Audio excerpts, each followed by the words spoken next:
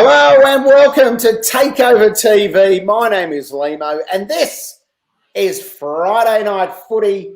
I come to you from my lounge room, but I have some footy experts joining me tonight for the massive clash between the Bulldogs and the GWS Giants. Welcome the men from the Footyology podcast and the Rock and Roll podcast. The legend of Australian football media broadcasting, Mark Finey. Fine. Hello, Finey. G'day, Limo. Great to finally break. Well, I guess it's not breaking bread. It's definitely not breaking wind. We're breaking our duck, Finey. Yeah, I was going to say, breaking our duck, having a chat about the footy, about two clubs that have always been so close to our heart. We're such Western Bulldog and Giants men, aren't we, Limo? we are indeed, and we'll get stuck into the nuts and bolts of tonight's clash very, very shortly. But a man very close to my heart, if for no other reason than we both have a deep, deep passion for the same football club. He was once on the list there at Hawthorn, has recently written an incredible book about the greatest grand final of all time, which was, of course, 1989. Tony Wilson. Hello, mate. Limo, what a day for us as we're still walking on the cloud number 9. Yeah. The Shane Crawford cloud we are walking on after the shock of last night. I tipped us to lose by 11 goals, and I'm very pleased to be proven wrong. Well, Tony, I was chatting to a mutual friend of ours, Damien Fleming, who you know, yesterday, and Flem was saying to me, Richmond flogged us every year of the three-peat. How are we possibly a chance of beating them now? And particularly after our insipid performance against the Cats. But boy, that was a magnificent performance last night, wasn't it? It was, and Jager O'Meara, I think we should probably get on to tonight's game at some point, but Jager O'Meara he set my heart aflutter. He was just, he had balance and strength and skill, and he looked like the draft pick that he was. Looks like he's going to be a champion. Yeah, he had a fantastic game. And to also help us out tonight, joining Tony Wilson, Finey, and myself, a man, if you're familiar with Isolation TV, you will have seen more than a score. He is a stats guru. Troy Zantuck will be joining us tonight as well. And if he's not joining us right now, he will come to the party at some point across the evening. But let's have a chat about tonight's game. Finey. Hey, before we do that, Tony. Yeah. How are you, Tony? Oh, very good. I've got the whole family huddled round. I found the fastest Wi-Fi in the house, and everyone's here with me. And that lamp behind you, is that a sort of a collective? Well, it's either by the famous Spanish artist Maury, and it's worth about $15,000, or it's from the $2 bin at the Hawthorn Football Club merchandise stand. What is it? Well, I'll have to ask. It's a good point, Finey. It's definitely not an original Maury lamp. I'll ask my wife who picked it up. Do we have a famous artist who produced the lamp behind me, Sam? I'm going to, Finey, while we're finding out, I'm going to put a tip in that Tony Wilson's wife was backpacking at some point in the 90s and swap that for a bag of pot in Thailand or on some crazy trail somewhere. And then we met after she smoked said bag of pot. And so in fact the collection, everything in her life can be traced to this lamp. Yeah, but hopefully we'll hear more about the lamp as the night unfolds. Finally, these two teams tonight have been defined in recent years by the biffo that's going on between them. Do you reckon we're going to see a bit of biff tonight? It's funny, I was in some social media space just reading about the lead up to the game, and Bulldog supporters, obviously they have a special relationship with Toby Green. He's been particularly Toby Green-esque against the Bulldogs. Yeah. And they were lamenting that they couldn't be at the ground to razz him up. And then when the teams came through, and he wasn't selected, a couple of them said, I reckon I know where he'll be. So the one place they can't get to him is at the ground, but now that he's not at the ground, they can try and find him. So, they can go and find him wherever he is. I know a couple of Hello, Troy, by the way. Hello, Limo. How are you, buddy? Yeah, very, very well. Thank you, mate. We're just talking about Toby Green. At the minute, you've come in at a great point. Friends of mine who are Bulldogs fans were annoyed, hilariously to me, that Toby Green wore the Karate Kid outfit for the Big Freeze broadcast. And I thought, come on, get over yourself, guys. Are you really upset that he's embracing his idiocy this way? Was Mr. Miyagi there by any chance, Limo? I don't think. Well, who would, if you went to, is Leon Cameron anywhere near Mr. Miyagi? Can we compare the two? There's a lot of Pat Morita about Leon Cameron. Well, don't give Toby any chopsticks. Well, Dusty's the chopstick man. And we were glad to see him not out there last night. If you had to choose of all the AFL coaches, of all 18, if you had to choose a Mr. Miyagi, who would it be? Tony, I'll go to you first. Who's the most likely Mr. Miyagi?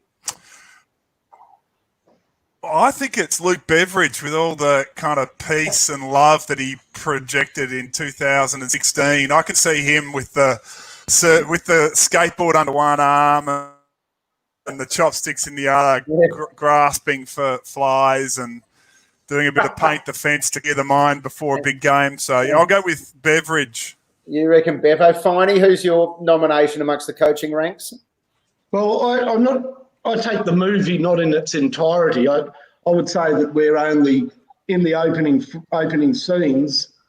And, of course, to weave his magic, Mr. Miyagi has to have a subject that is sort of derided, social outcast, somebody so down on his luck or without luck that by the end of the movie, the feel-good story is also the impossible. So it has to be Matthew Nicks.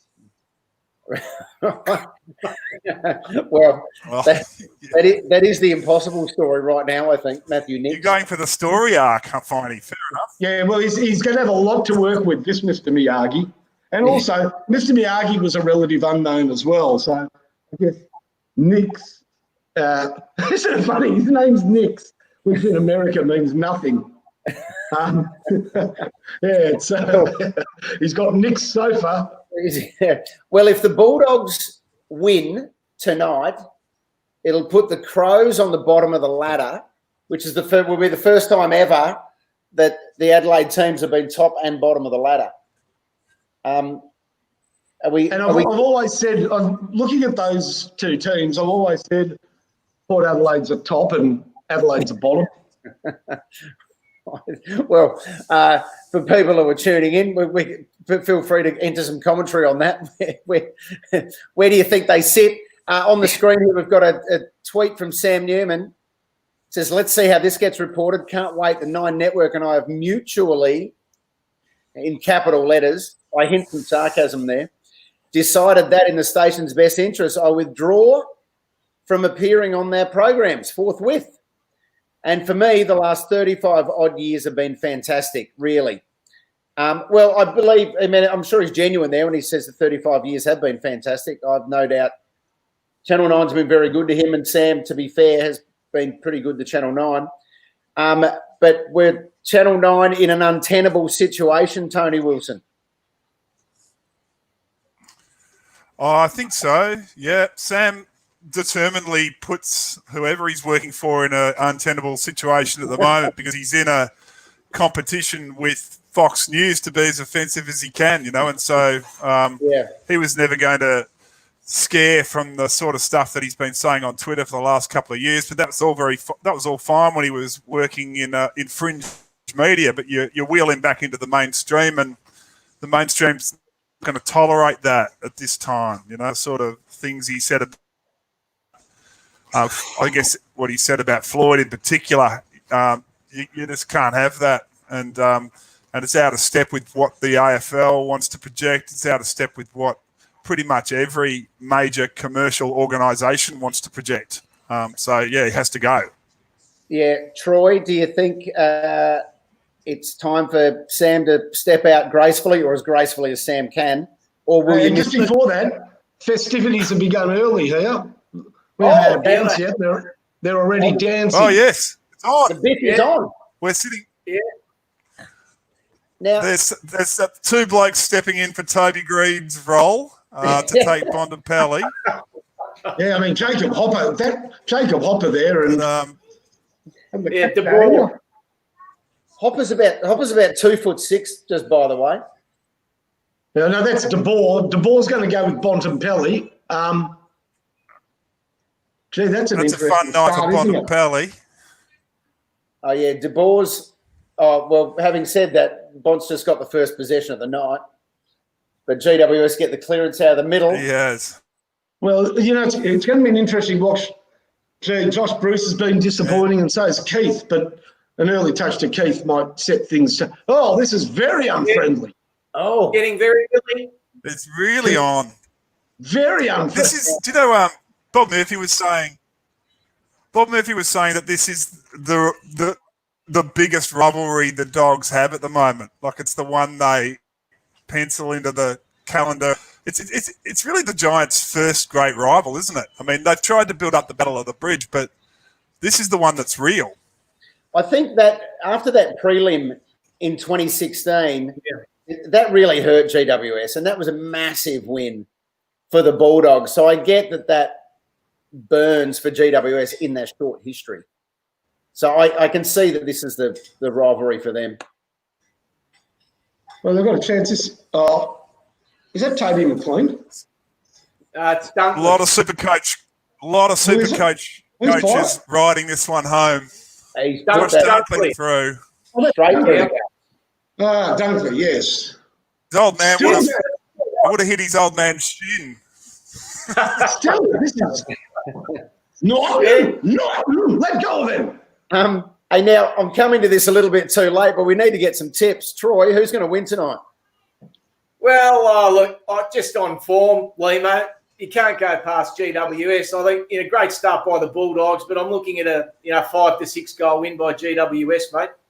It is 9th versus 18th. By the way, replaying a bit of Biff on the screen there. Finey, what's your tip?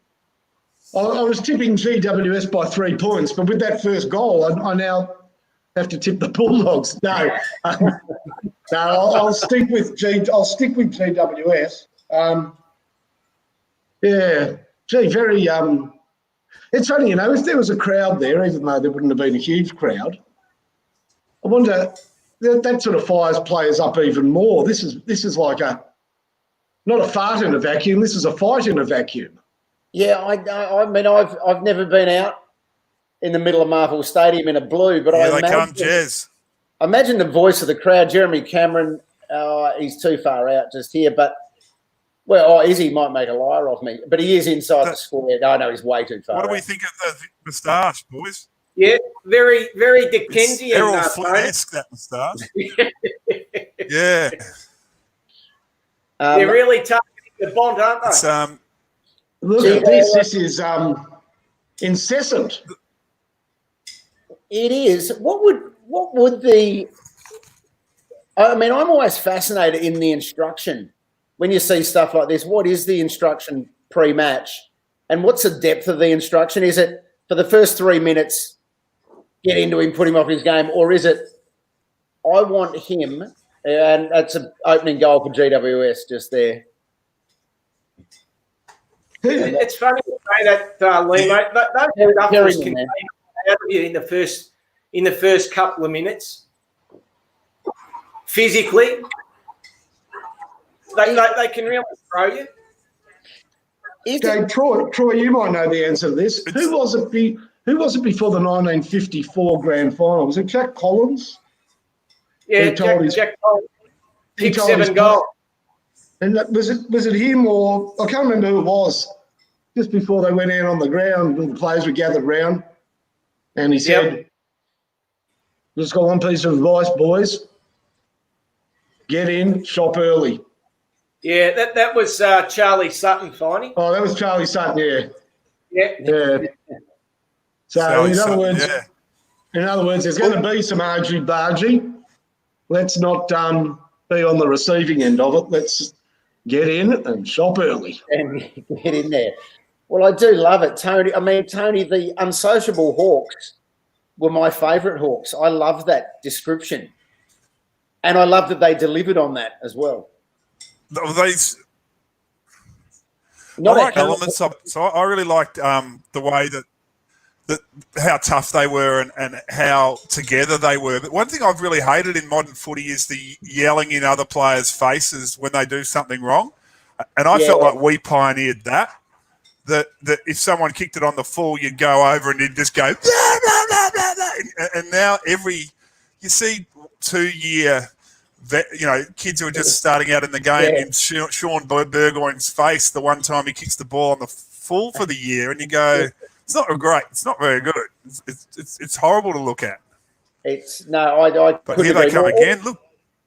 Now the Bulldogs are about to have another shot for goal here. Yeah, and it's Sam Lloyd. He's almost on the spot, Limo, where he kicked his one on the siren for the Tigers. It's almost he's 5 metres to the right. I mean, he's at the wrong ground, but he's in the right spot. And he's had a terrible start to the year. So maybe this could sort of he's not going to make the distance. He's done a rewind. No, I think he's just to the right and point rush through. All right, it's so the Bulldogs take the lead, 7-6. Rebel in the goal square, very fitting for each score. Anyone got a strong view on the way BT says Lloyd? Lloyd. He saves it mainly for the Lloyd of Sydney Swans, doesn't he? Lloyd. Yeah. Look, I don't mind. Do you think he's Lloydist, Finey? I think. Is he Lloydist? That he prefers one Lloyd over another? Yeah. No. You know what? I'm always pleased for BT when he gets the player right. Come on. He coached me. Finey, there's a lot of them out there. A lot of lawyers or players. A lot of players. You can't be expected to know them all. Yeah, he would have been absolutely catastrophic back in the 80s and 90s when they didn't have numbers on their back. I got to say, I'm always gobsmacked. Well, I mean, race callers, just hands down, the most freakish sports callers ever. Yeah. And I don't know how horse race callers do it. But the ability of good commentators to come into a sport they're not familiar with and just learn the names of everyone, blows my mind every time.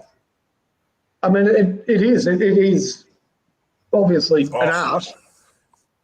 Back in the day, this was quite funny. Geelong being a sort of parochial town, I guess, used to actually not only 3GL, which is now K-Rock, call the footy, they used to call the reserves as well. Right. And, Brian Brushfield and the boys, they would call it like this. This would be the call of their reserves. Murray Brown for Geelong gets the handball there, picked up by Acosta, intercepted by 43 for St Kilda. He gets the ball over to 51 for St Kilda. So there is another way of calling football, and that is the K-Rock or 3GL way. If you're biased, you may as well be completely biased. The Doggies have got another goal there. Yeah, Bailey Smith, whose haircut is... I don't even think the 80s had a haircut like this. Yeah, he's a private schoolboy. He's from Malvern. He looks like he's from their old zone down in Latrobe Valley. Looks like he's made hitched a ride in. Hitched a ride in from Moe. If pressed, he could hotwire a car. I'm sure of it. On appearance, not on upbringing. He looks like he. So we're back in the middle now. Dominant is the. Another clearance for GWS out of the middle. And have you seen Tom Liberatore's tattoos?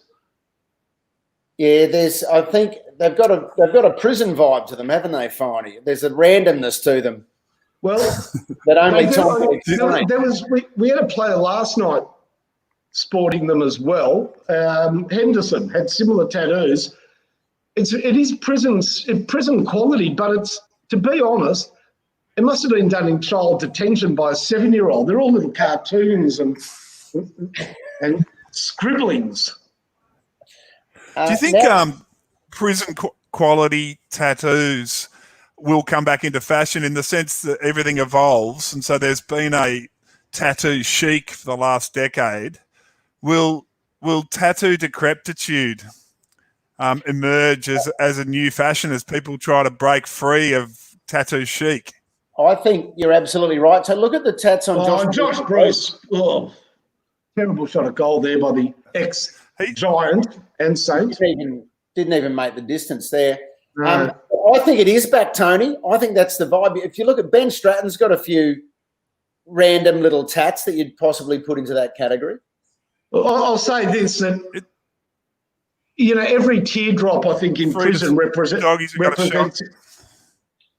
In prison, when you get a teardrop tattoo, that represents I think that's a jailhouse murder that you've been responsible for. So maybe every time you buy a new foreign car, you could mark that with a prison style, I don't know, one of those little stars maybe around your eyes or on your neck, and that'll be the new status symbol. Oh, new BMW, star on your jugular vein. Nice. Would it make dating easier if you had 5 stars? He's on his 5th Beamer. He's going on. Are the Bulldogs have another shot for goal here? Yeah, they are. I said they were about to have. I think I said they were going to have. Oh, he did get Williams around the neck. You can sort of see why he's annoyed. He actually looks like Charles Manson in that slow-mo. So Harpo Marx coming in. A.K.A. Mitch Wallace. Yeah, Mr. Mitch Wallace. I reckon he looks a little bit like the British bloke in Top Secret there. Kind of Nigel. Yeah. It's a good look. And so who do we think's on top here? Core bringing it back in. I do feel like the Bulldogs are on top. So do I. The scoreboard reflects that as well.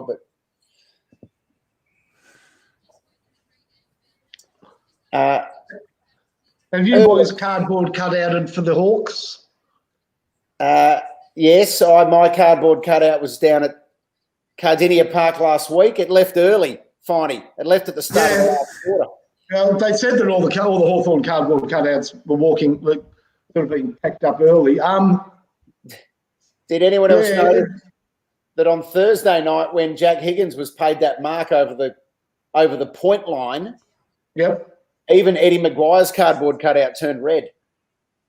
I mean, now I'm not saying Ed's got any sort of ego.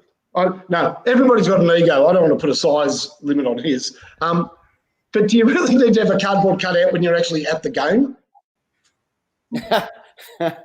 Although, to be fair, I think other people might have been responsible for Ed's.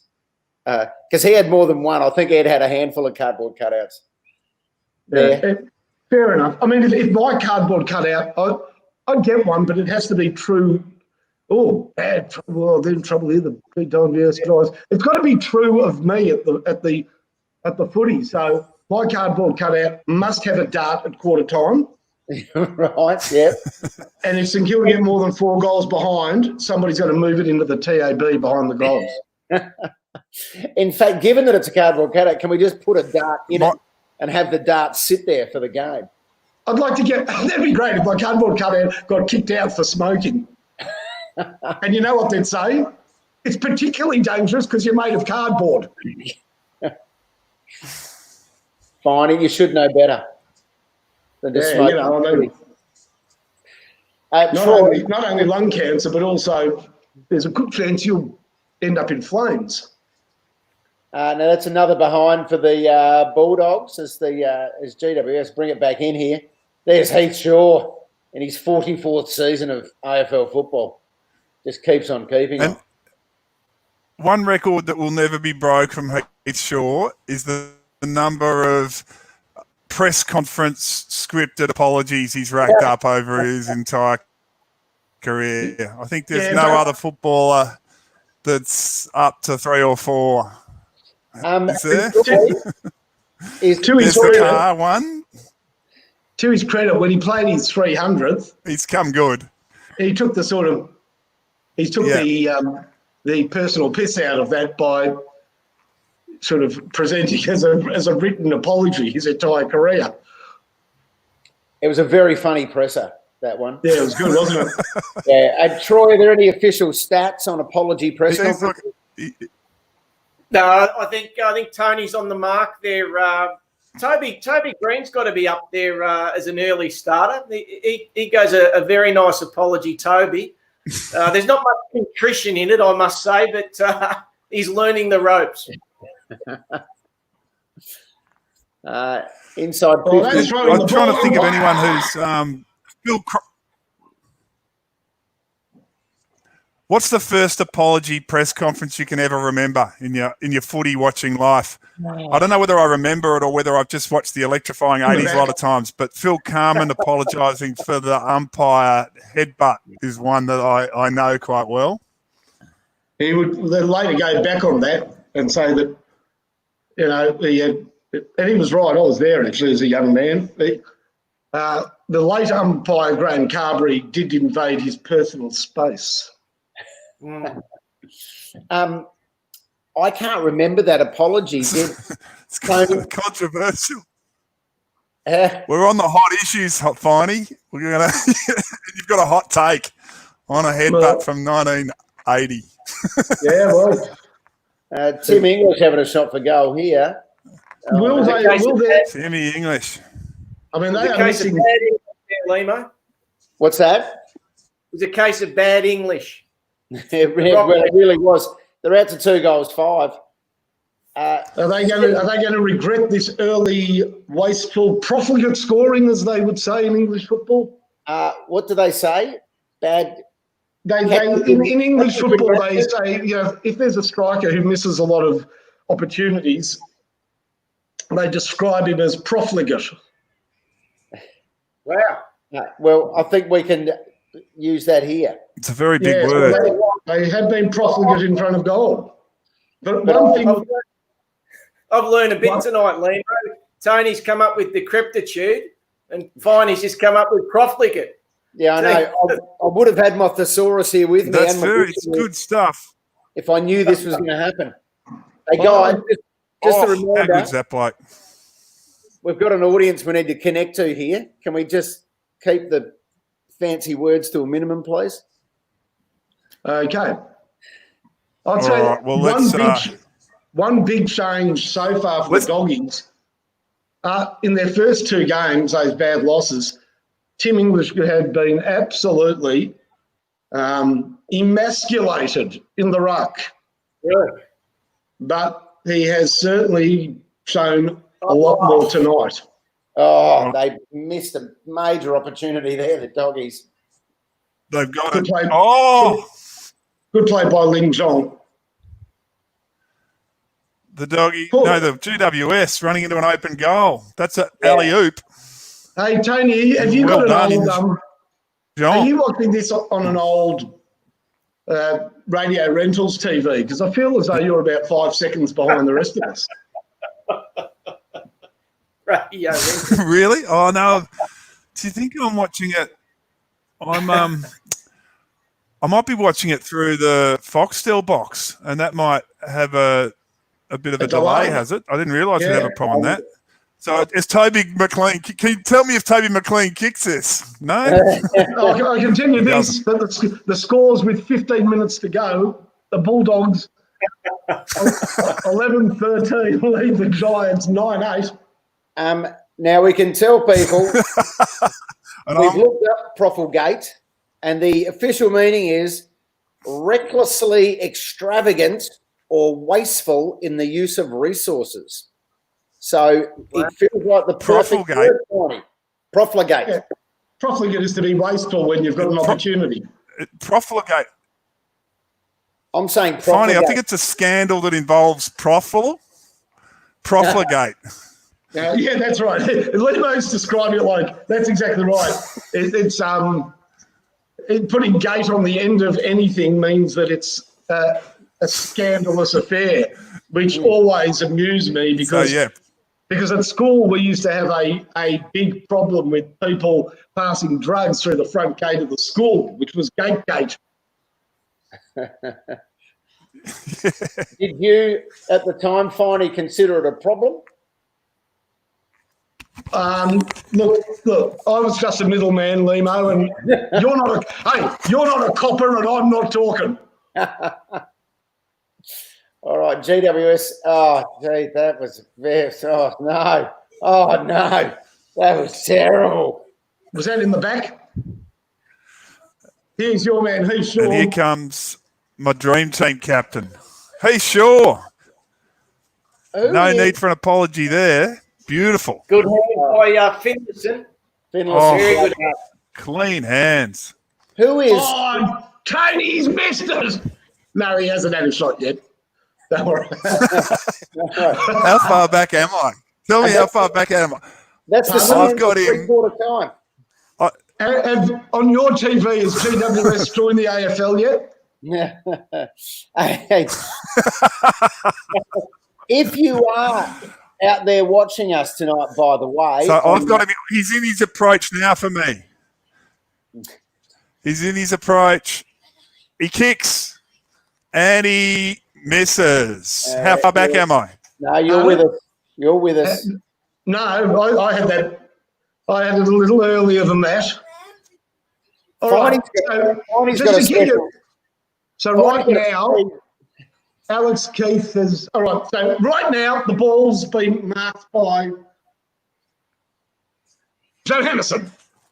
Yes. He's taking a bounce. His pants are falling off. The doggies are flying out of defence.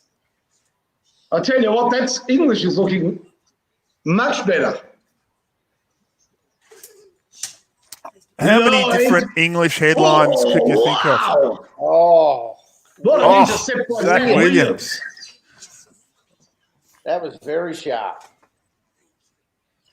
So, just going around the grounds, who is everyone's favourite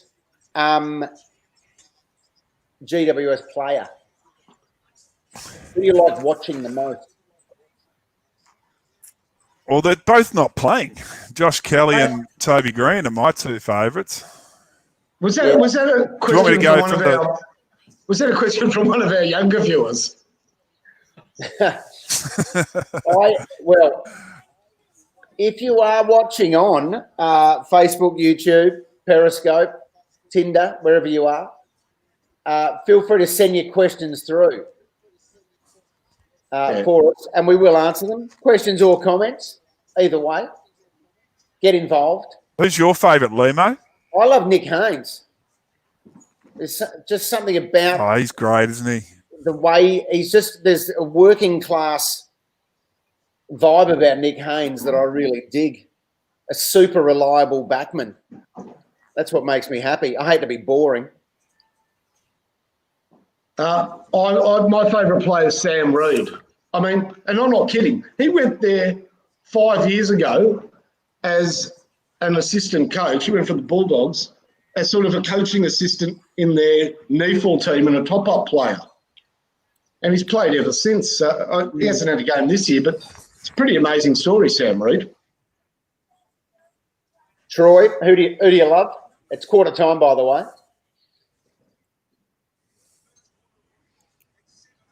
Oh, Whitfield's getting a concussion test here. Troy Look at Troy. He's just his eyes look absolutely motionless. Hey, Limo, He's frozen. Well, I've got a tech. We've got a tech. from what expert. I saw, Whitfield's eyes in that concussion test looked exactly as they did when they found him that night that he didn't check in for the test. Very dilated pupils, I thought. You telling me he might have to provide a sample at quarter time, don't he? Not impossible. No, nothing. There was nothing untoward that night. He just just went very quickly to someone else's house from memory, didn't he? Who hasn't? Who hasn't dashed off to someone else's house at some point? At 2 in the morning. Yes, at 2 in the morning. Now, while we're in the quarter time break here, Bulldogs out to an early lead. Of course, did you guys see the news story tonight that someone dropped a dumbbell or a barbell on Jesse Hogan's head? Yeah, and do you know who it was? Do you know who it was? Who was it? Colonel Clink. So is Jesse out? Is he injured? Hogan? No, he's going to play. He's going to play. He's not out. Yeah. Is he? So is Jesse being picked? I didn't look at the ins and outs for Freo this week. Is he in the side? Yeah, he's in the team. Yeah, he's in. Hogan's in. Interestingly, Brandon Parfitt is a late withdrawal for Geelong, and Jack Stephen will make his debut. I must say, I did enjoy on the AFL website the Geelong's injury list last week. It read down the injury list: hamstring, indefinite; back, 1 to 2 weeks; knee, 1 to 2 weeks; stab wound, indefinite. And I thought, well, I don't know. That good, wasn't it? Stab wound on an injury list, and surely it should be stab wound no comment, not stab wound indefinite. Well, what's some of the best things you've ever seen on those injury lists? There's been some absolute classics. I'll tell you the best one I've ever seen. Years ago, when Ryan Fitzgerald left the Crows, he went to play for South Adelaide. Yep. And the Adelaide Advertiser listed all the injury lists of the SANFL teams. For South Adelaide, the injury list read hamstring 2 weeks, ankle 4 weeks, knee 2 weeks. Ryan Fitzgerald, big brother, indefinite. That's fantastic. That is a good injury list. That's good. The one I would throw in, I don't think I'd never heard a newspaper speaking honestly about this, but you can imagine Adelaide Crows maybe in 1992 with the Chris McDermott hamstring 1 week, Nigel Smart fire walking 4 weeks. There's a real. I've got a great set of books about the early history of football from 1876 to 1900. They're by a professor from Queensland. I'll pull a couple out at half time. And unfortunately, in 1888, St Kilda's captain contracted typhoid, and they were due to play, I think it was Essendon, and it said, I think his name was O. Pius, being his initial. O. Pius deceased, out for season. Maybe they were hopeful by the start of pre-season. I don't know what they were hoping for the next year, but he was definitely going to miss the rest of the year. Well, I have said, if people have heard this, I apologise, but in my stand-up for years, I've got a bit about how I reckon Jesus would have been a very good footballer because you could kill him on a Saturday and he'd be at training on Tuesday night. They talk a lot in the AFL about your ability to recover from injury. But hey, Limo, have you ever tried that routine in the American South? No, you haven't, because you're actually still alive. I'll tell you what, Finey, I have received a bit of resistance at various gigs in Australia to that joke. But the bit I do is reading the injury list that says Mitchell hamstring 4 weeks, Gibson shoulder 8 weeks, Jesus dead available. That's very good. That is. So that is reminiscent of the famous church near the Hawthorn football ground that posed that famous question. What was it? Jesus. What would you do if Jesus came to Hawthorn? Oh dear, I'd put him on a half. We can all say it together, can't we?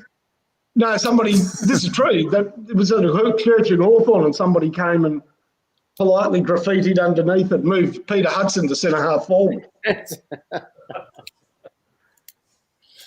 Oh, Peter Hudson. My favourite Peter Hudson story is one he tells himself when he went back to Hobart, Glenorchy in the 70s. They didn't have that many teams in the Tasmanian League, and so they had lots of return bouts. They could play a side 4 or 5 times in a single year, and Huddo played on one block. I think he kicked 54 goals on one guy. So he's kicked a 12 and a 14 and a 16 and an 8 and a 10 or something. He's kicked in the 50s on one guy. And the reason the bloke was never moved off him was that the coach of the side was the other key defender. He never moved himself onto Peter Hudson. So he's watched the other poor old 6-footer on the back line have 50-odd kicked on him and never took the job himself. He certainly knew how to rack him up, Peter Hudson. Let's go to Troy Zantuck. Troy, where do you rank Peter Hudson in your personal all-time list of full forwards? See, Tony and I are way too biased to chime in on this. Yeah, look, it's a tough one, Limo. I do a podcast with a great mate of Tony's, Tony Moclair, a.k.a. Guido Hatsis, and we spoke about Peter Hudson during the week and his incredible record and his incredible average. But then you go to Jason Dunstall with 1254 next to his name, and the delivery that Jason Dunstall got, was it comparable with the delivery that Peter Hudson got? Well, I believe it was better delivery back in the 80s and 90s from guys like Jarman, Pritchard, highly skilled players like that, where Hudson, I thought, really he had to go and hunt his own on a lot of occasions. So I'd have those two up there. Obviously, Plugger. We didn't get to see Nuts Coventry. And Peter McKenna was actually my favourite full forward growing up as a kid, boys. Yeah, he was a superstar. There's no doubt about that. The footy has started again at Marvel. Back underway. The Bulldogs with a 9-point lead as we kick off the second term. And the Bulldogs seem to control that first quarter for most of it. But GWS, the first ones to move inside 50 here. And Jeremy Cameron's moustache really is distracting, isn't it? In a good way, I like it. Yeah, it's hard to know. It looks like it's Boer War. It looks sort of a neat English gentleman of the 19th century. Well, it's coincidental. The Boers out there. Oh yeah, the Boer War. That's very good. Thank you. We're going to get somewhere with this connection, I think. Quick, someone write a banner before he shaves the You can't do that.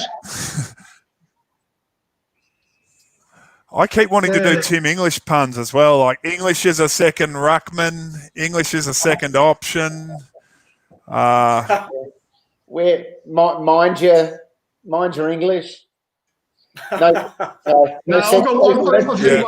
I've had one prepared for a while, but got him. I just got to get that timing right. But where he really, and tonight could be the night, because this is the night, because this is a night where the doggies are really, up for the battle, and he's leading the charge. So the headline reads, Mad Dogs and Englishmen, but they've got to beat the Gold Coast. Mad Dogs and Englishmen go out and beat the Suns.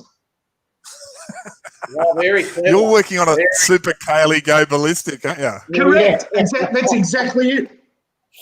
Which is explain that You one, want one as Tony. long as that? Tony, that's probably Oh, the it's just greatest sporting headline of all time. For people who don't know it, can you just explain it to them at the risk of putting you on the spot?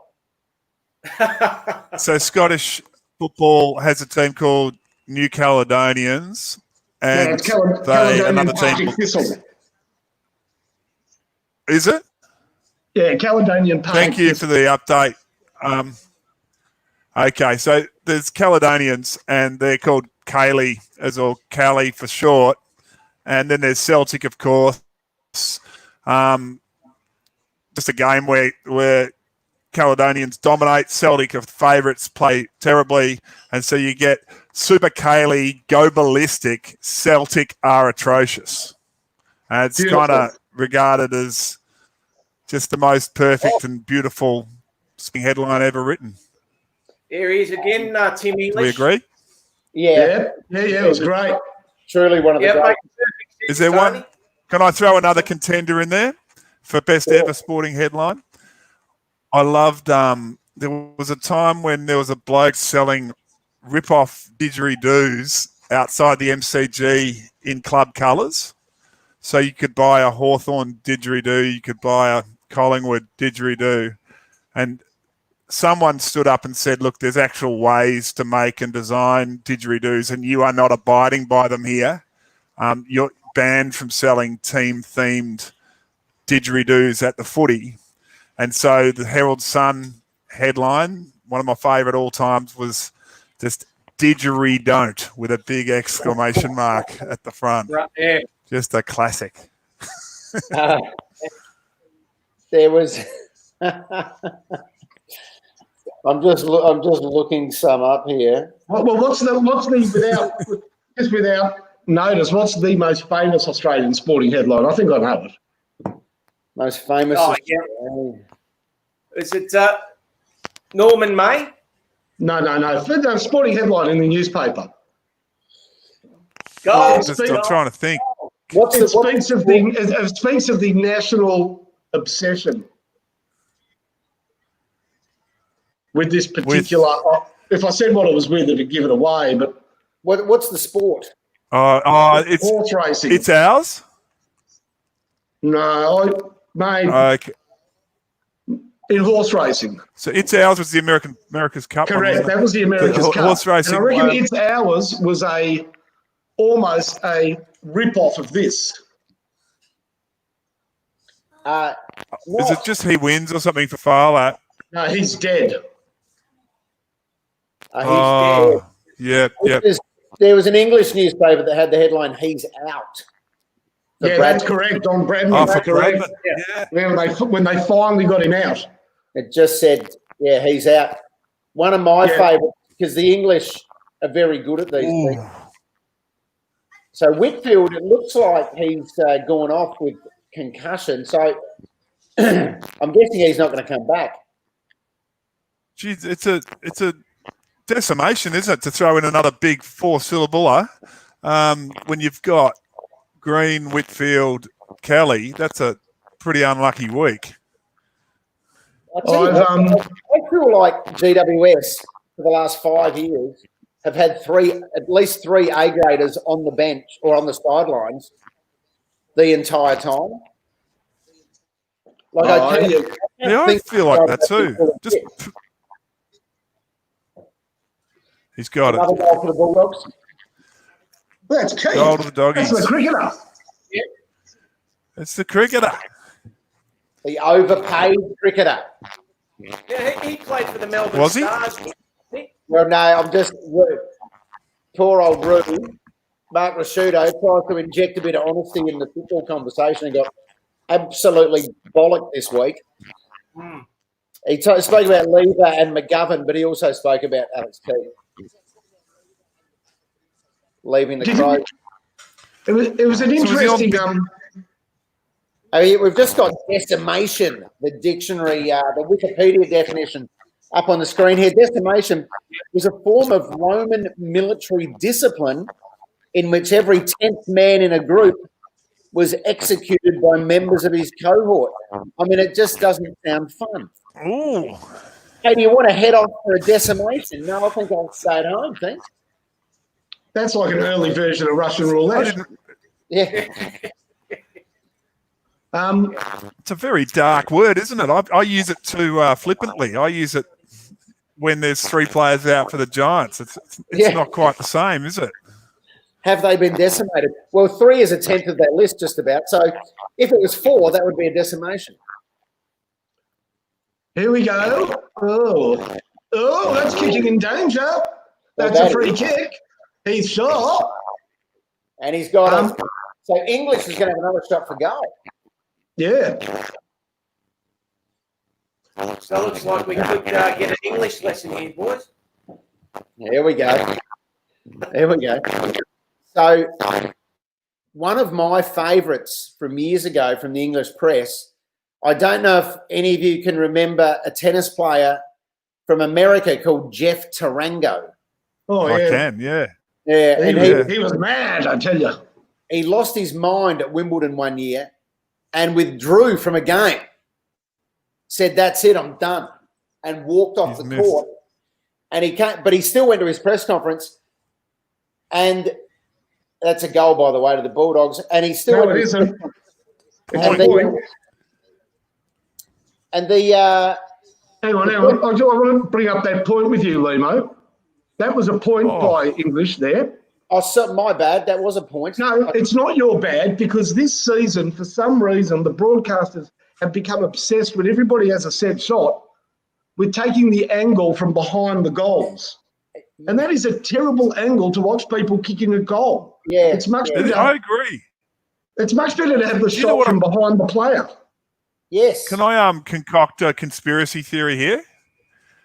I reckon because they're doing canned laughter like a 1980s sitcom, they're pressing a button to put the audio on. Okay. Yeah. There's some theory that if you have an empty stand and canned laughter or canned cheering, everyone is suddenly aware that it's canned. Whereas if you play the noise when you can't see the empty stands, we're kind of fooled for a moment. So they might be doing that, but it doesn't work. You can't see whether it's a goal. You could be right there, Tony. That wouldn't surprise me. I think you're correct, and I think that comes from the mind of the sort of half-wit broadcaster. And I really think it's individuals that are making these decisions, half-wit broadcasters that think it's okay to show a replay of an incident while the play's going on, as long as you do a thumbnail tiny square in the corner showing the actual live play. We've got the right idea. Don't show any of it. Just have just no thumbnail even. Just get rid of it off the screen. Absolutely. Do you know what? This is a controversial one. I quite like the noise. I think it's better, especially not so much the canned cheering on goals, but the general hum underneath the broadcast. I've quite liked. I reckon it's improved it. Well, here are Liberatore's tattoos. We're going to have a chance to see them. I totally agree with you, Tony. I think that hum underneath the game has made it a lot more palatable. On the comments here, we need to give a nod to a few people here. In relation to decimated, Rod Morris says the Romans needed to learn a bit more about teamwork, I think. Excellent point, Rod. Craig on the comment says, in relation to coming up with English headlines, English is giving them a lesson. Not bad. Yep, nice. Not bad. Whispering Ted Lowe's got a couple of mentions here as well. Oh, no, Craig has had another one here. English is history now. If he got dropped, I guess. So anyway, keep the comments coming through on the comments pages. So it's the Bulldogs by 14 points, by the way. 7.5 minutes left in the half. So Jeff Tarango loses his mind. He's at a press conference, loses his mind there. Then his wife enters the press conference, sits next to him and starts screaming at the press. And then this goes for about 3 or 4 minutes. The two of them leave together. And the headline in the Sun newspaper the next day was, "It takes two to Tarango." Oh, very nice. Yeah, good. he's good. So good. Just, But imagine the celebration in the room at the newspaper. so the other side, there's another side to the coin, of course. They're great headlines. How about when England are out here playing Test cricket? How completely oblivious or devoid of any intelligence or ability to construct something intelligent, the sub-editors suddenly are struck. So no matter what the opportunity presented, if we've had a good day against England, the headline always is, Pom's gone. We give Poms what they deserve. It's like straight from Bay 13. Yeah. Poms sent packing. Speaking of straight from Bay 13, for some reason, Finey, you've just reminded me, who was the ex-Hawthorn player knocked out cold? Oh, yeah, no, that was Russell Morris. In Brisbane, and the scoreboard read By Jimmy Edmund. Cop that. And it was up at the Gabba. Cop that. That was like, well, I remember watching that game and thinking, I don't know about that, guys. Yeah, that's right. That's a bit much. Yeah. Jimmy Edmund, what is the other thing you most remember him for? Again, it might be because I watched the electrifying 80s too many times, but which incident is Jim Edmund played and replayed in? Yeah, I don't know. I know that he injured Gubby Allen. Yep. Gubby Allen, yeah. chip across goal. Beasley takes the mark. Jimmy Edmund runs into, and he does the whirling finger around the ear to say, "You're mental." to Gubby Allen. It's just, and I think he actually throws in an F as well, an F bomb to go with it. But it's a ripper. Do you want a nice bit of Edmund? I've got a nice bit of footy trivia for you. Yeah? Jim Edmund's brother also played league football, but he's one of the few league footballers to have also won a Commonwealth Games medal. Right. Okay. Let us guess. Yep. Do you know who he played for? No. Who did he play for starters? Played for Carlton. Key position or running type player? Centre half back. Centre back. Was he? Was it on the full? That's terrible. Discus. No. Cycling. No. If you saw him, you know how funny that was. Rowing. Wrestling. No. Boxing. Boxing. No boxing at Commonwealth Games. Maybe there is now. Actually, no, that would be there is a Commonwealth Games. Definitely, there is. Yeah, no, there is. Yeah. Yeah. Oh. No, none of them. I'm gonna say. I'll give you a clue. Yeah. I'll give you a clue. Hammer throw. Hammer throw. If you plucked that would have been great. No, I'll give you a clue. Hey, do you remember the little Bulgarian world champion, Naim Solomonoglu? Weightlifting? Yeah, weightlifting. It was weightlifting. Do you remember he sought asylum in Australia because he wanted to be He was Turkish in origin and he wanted to go back to Turkey. And he made I do remember. And he made the switch down here in Australia. So, of course, what did we try and do? Solomonoglu. We could have dual gold medalist Solomonoglu at the next games. Aussie Naeem. Yeah. Yeah, did not care about that he'd left his family behind and how dangerous this was. Bulgarian pocket rocket set for Aussie Games team. Gold bonanza. If you can win it's gold. Yeah. It's an open door at the airport. And of course, what would we have called him if he won? Aussie name. Yeah. Aussie name. The do you know one of the best nights of my life was going out with the German weightlifting team after the heavyweight division at the Sydney Olympics. So I knew one of their trainers, and just got to go out to nightclubs with Ronnie Weller, who'd picked up the silver, and I just tagged along with the German weightlifting team. It was just a beauty. Right, nice.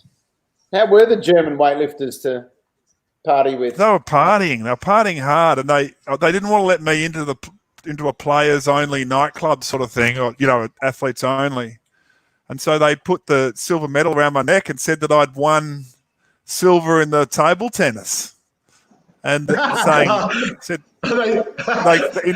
now know that table tennis in German is Tisch tennis. Tisch tennis is what they kept saying to the bouncer, that I was a medalist in the table tennis. They would have had a discussion amongst themselves. No, that wasn't believably.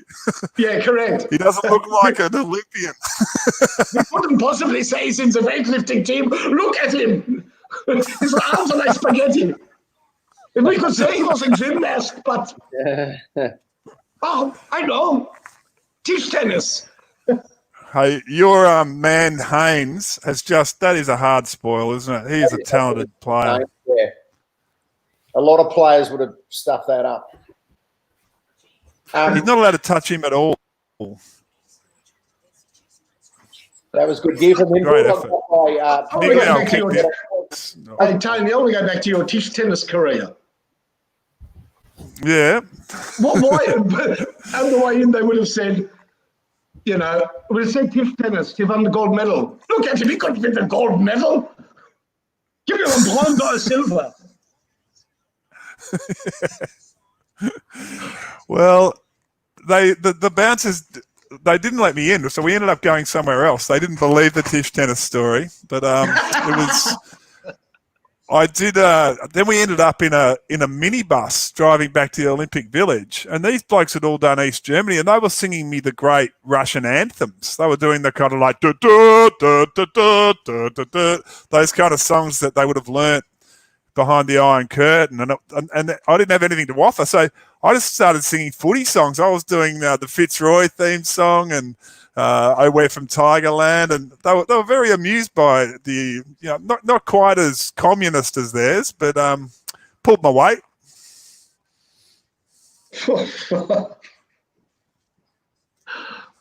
Did you get them to yellow and black the Richmond song? Yellow and black. I got them to do it in German. Absolutely. What do we think? Hey, Finey, what do we think of games that are 24-10 with a minute to go in the second quarter? We've got a little problem here again, like last Thursday. Look at the scoreboard. It's 3 goals. What is it? 3-8 to 1-4. That's a little league. That's a little league. That's a little league score. I mean, for GWS, I know. 1 goal to halftime is a joke. I think Super Cayley kicked more goals on the day that they went ballistic. Well, Leon Cameron is ropeable. And last year's grand finalists are in trouble. I've got a feeling that Finey's going to. I wish I had a change. Tough to break out of that German accent tonight. He's been in it for most of the night. He had some Colonel Klink gear earlier on, and my Tisch tennis opening has just allowed him to go permanently German over there. Troy, how does a 1-goal first up rank for GWS in recent years? Well, nice to be back, boys. How's your connection, by the way? Welcome back. Oh, the connection's been absolutely magnificent. But, 1 goal in a half of football, it's disgraceful, Limo. Yeah. Absolutely disgraceful. But you can't take too much away from the Bulldogs. They've played it beautifully, and they got their asses kicked last week, and they've come out firing. So this is what we've got here. Speaking of the Dogs, have a look at this.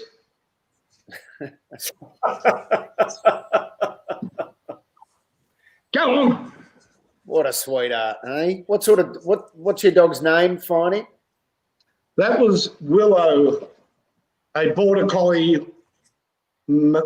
She goes crazy every night about 8:30. Needs to do some exercises. So if you hear some heavy panting and some ridiculous behaviour, it's either Willow or me. All right, there's 48 seconds left. Could the Giants? No, that's. Oh no. Okay, Well, there's a famous ex-Bulldog, Kellen Ward. they're going to get a clearance here out It's of the good middle. to see him back, isn't it? In inside 50, I mean. But he's kicked it straight to the opposition. Is it who is that young fella again? Is that Lipinski or something? Vandermeer. 23? Vandermeer's the new, number 23 is the new kid. Vandermeer. Good name. You'll be back. Oh, fine, he's found another excuse to go slightly German. No, that's Dutch. He's a Dutch painter, wasn't he, Vermeer? No, that's true. Oh, He did our lamp behind me. We've gotten it's a original Vermeer, my wife was telling me. And it cost 2 bags of pop, not one. And it's half time. Bulldogs 4-6-30. Giants woeful 1-4-10. And to put that into some sort of perspective, GWS played the grand final last year, and the Bulldogs are bottom of the ladder. And they've kicked 1 goal against them. It's true. Although Limo, did they have I think they kicked 1 goal in the first half of the grand final as well, didn't they? That was I'll check that. very poor. Maybe 2. Stand by. It was pretty depressing from memory. I remember kicking the first goal because Jeremy Cameron. They were 1-6 at half time. Yeah. And they're 1-4 now. So Yeah, this is Richmond are rubbish, Limo. We found that out last night. So if you do the form lines, Hawthorn will win the flag. Unbackable favourites, are we at the moment, Tony? I think so. I'd say Dad's Army, but that will start Finey again on more German accents, I would say, if I do that. Yeah, just be careful. GWS last week, just by the way, kicked 2 goals in the first half. So their first halves, let's go back to round 1. And Troy, I know you love a stat more than anyone. So that GWS's last 4 games, right? Yep. Goals to half time. Grand final, 1. Round 1, 9. Round 2, 2. Round 3, 1. I mean, that is disgraceful. They're extraordinary figures, Limo, for such an incredibly gifted team. Yeah. With, when you look at Finlayson and Cameron and Green and the firepower they've got up forward, that is particularly average.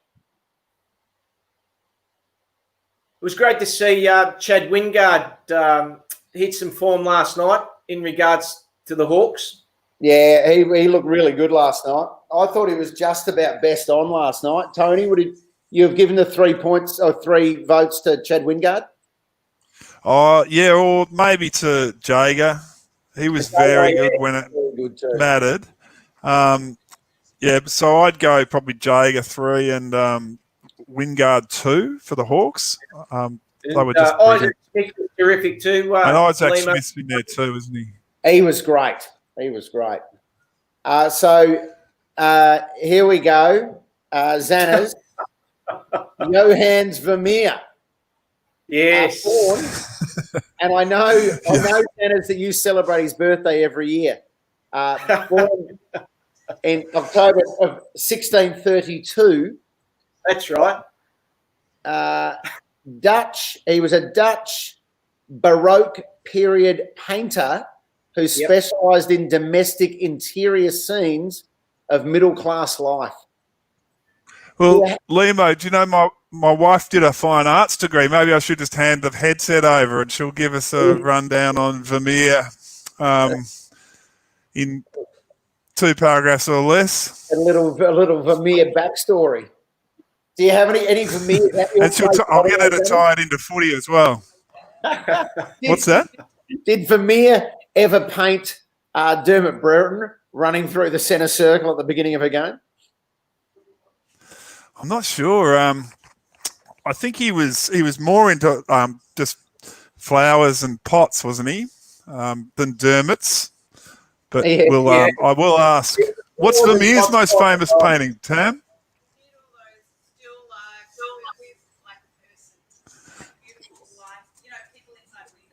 People Inside Windows, she says, was one of his most, and beautiful lighting. Okay. And still lives. There was a nice exhibition actually at the NGV a couple of years ago that had one of his very famous ones there. And is that high culture here at halftime at the GWS? If you're only going to kick 5 goals, you're going to cop Vermeer at halftime. I reckon that's just a general rule of footy. You will indeed. Is this? Are we headed for another upset here with the Bulldogs getting over the Giants, or are we going to see a Giants comeback in the second half? Troy, what do you reckon? No, I just think they're playing the absolute football that Luke Beveridge would have wanted them to play prior to this game starting. GWS, they have lost their mojo. Let's be honest. As you intimated before, Limo, their scoring power over the corresponding period has been absolutely woeful. The confidence levels are at an all-time low. And I think the Bulldogs have got their tails up and they could really, they could really smash them tonight. And let's not forget that Lockie Whitfield's out for the rest of the game. I'm assuming with concussion. And that's big hole to fill on the night. So you're down to 3 on the bench and you're missing one of your best players. Absolutely, Limo. And, it's only a 20-point margin, but it seems a lot more. It seems a 40-point margin at this stage of the game. And with the shortened quarters, it makes it that little bit harder to peg back. Yeah. Well, they've kicked 1 goal in the first half. It's hard to see them kicking another 5, isn't it? It really is. Limo, the tips do look a little dire at the moment, but I thought I'd mention, given that Finey showed his dog, I'm sitting next to my son, Jack, who's sitting here. Jack's he's in grade 3 in primary school. He loves his footy and he watches it all the time, including on YouTube. And here are Jack's tips. These are Jack's tips. Hang on, how still can I hold it? There it is. Hawthorn. He's got Hawthorn. Bulldogs. And he's got Western Bulldogs. Oh, he's all right. He's got Sydney's next. He's got St Kilda over the Pies. Good on you, Jackie. He's got Geelong. Look at how he's good. I heard them. I tried to talk him out of about 4 of them, and he's flying so fast. He's tipped Gold Coast over Adelaide. Yeah, I think he could be onto something here, Tony. So Jack, give a wave and say, well done. Jack. Well done, Jack. Jack's got cerebral palsy, so he's in his special chair. Waving. Jack, good to Jack. Say hi. Good on you, Jack. He's going very well. Hey, Jack, don't be a stranger when you put your tips in next week. Oh, here he is.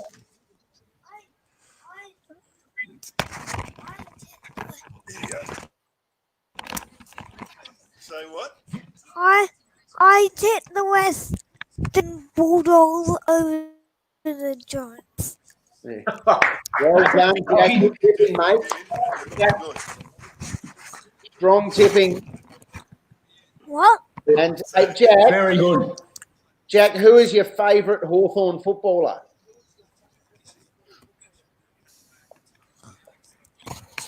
Have you got a favourite Hawk? Are they asking you anything, or should I take it back? Jack Dunstan. Oh, Jack, good call, mate. Good call. Hey, Jack, I know who's not your favourite Hawthorn footballer. Yeah. Jonathan Patton. Oh.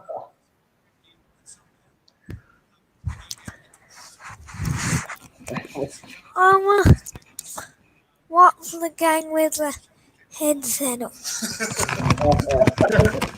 It sounds like it's a full coup, is it? Is he decided that I haven't kind of hit the heights of entertainment and he'll take over? You've got a stinging review from the young fella there, Tony, but he's a passionate Hawk. We've just got a. We've got he loves the Hawks. We got an SMS from Phineas Meer, who said he's taken a close interest in Luke Vandermeer because he reckons, given that they share a part of the surnames together, it's the closest he'll get to playing league footy. Very nice. Well, I know when Darren Lehman was playing cricket for Australia, I just took an extra bit of joy in that because I'm not sure that I'll ever see another Lehman playing cricket for Australia or any sport for that matter. What about Troy Lehman plays for Collingwood? Troy, the golfer, Tom Lehman. Troy's from my neck of the woods too. Kim Lehman, Troy's dad, was a very good SRFL footballer as well. I don't want to say, but the name Lehman sounds a little German to me. He's back. Any excuse. Any excuse. That sounded like a single week. Let's think of the Lehmans. We've got the investment bankers that collapsed in the GFC, haven't we? Are they brothers, Tony? Lehmo. We've got a winemaker. Peter Lehman. We have indeed. And a wine drinker. There's a journalist with the Australian called Claire Lehman. There's Darren. Did I just see someone's going to miss the season with a broken foot? Dyson Heppel. Yeah, who was Dyson Heppel. Oh, really? Dyson Heppel. He broke his ankle at training. At training, Lehmo. Yeah. So so someone's Googled Darren Lehman and miraculously my picture comes up. So there's a bunch of pictures of Darren Lehman and then I'm just kind of stuck randomly in amongst all the buff pictures. He was so I loved Buff as an Australian athlete. Loved a beer. Loved a dart. Don't smoke, people. It's bad for you. Don't. And was super talented and just I don't think he played anywhere near as much cricket as I think he could have for Australia. So did Darren Lehman, what was the weight he had? Did he play a test or as a 12th man as a 19-year-old and then he was his next test as a 27-year-old or some ridiculous fact like that? Yeah, that's right, Tony. He was a 12th man against the West Indies in 1990 as a 19-year-old. And then he actually debuted about 8 or even 9 years later, ended up playing 27 test matches. Gee, that's brutal, isn't it? When you think your world's opening up and you wait 9 years. Victoria, didn't he, as a young man? What's that? He come over to Victoria. He did. Victoria paid him a shed load and he played for the Bushrangers for 3 or maybe 4 years. But we'll get back to footy shortly, by the way, but one of my great sporting experiences is sitting at the Adelaide Oval and watching Greg Blewett and Darren Lehman bat for a day. And I think they got a partnership. Their partnership in the end was roughly 500. 500? Which I think is still a record. In fact, I'm sure our researchers here will get onto that.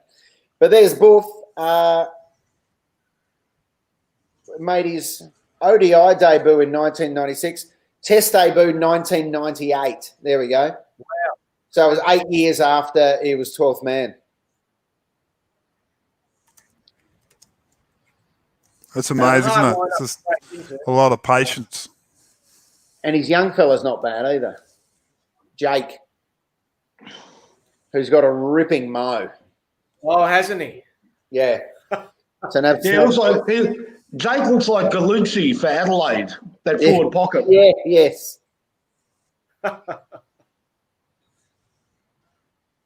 Phineas on the comments says Steve Lehman, Channel 9 Today host. No, but I think it was Steve Liebman.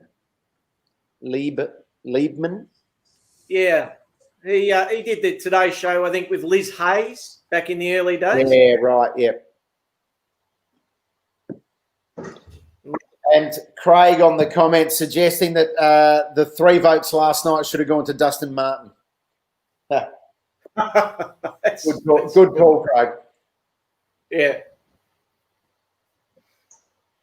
Who was I'm trying to remember, who was the New Zealand cricketer? I reckon he was a batsman who was so slow physically that after test matches, he used to have running races against the slowest player in the other team. Yeah.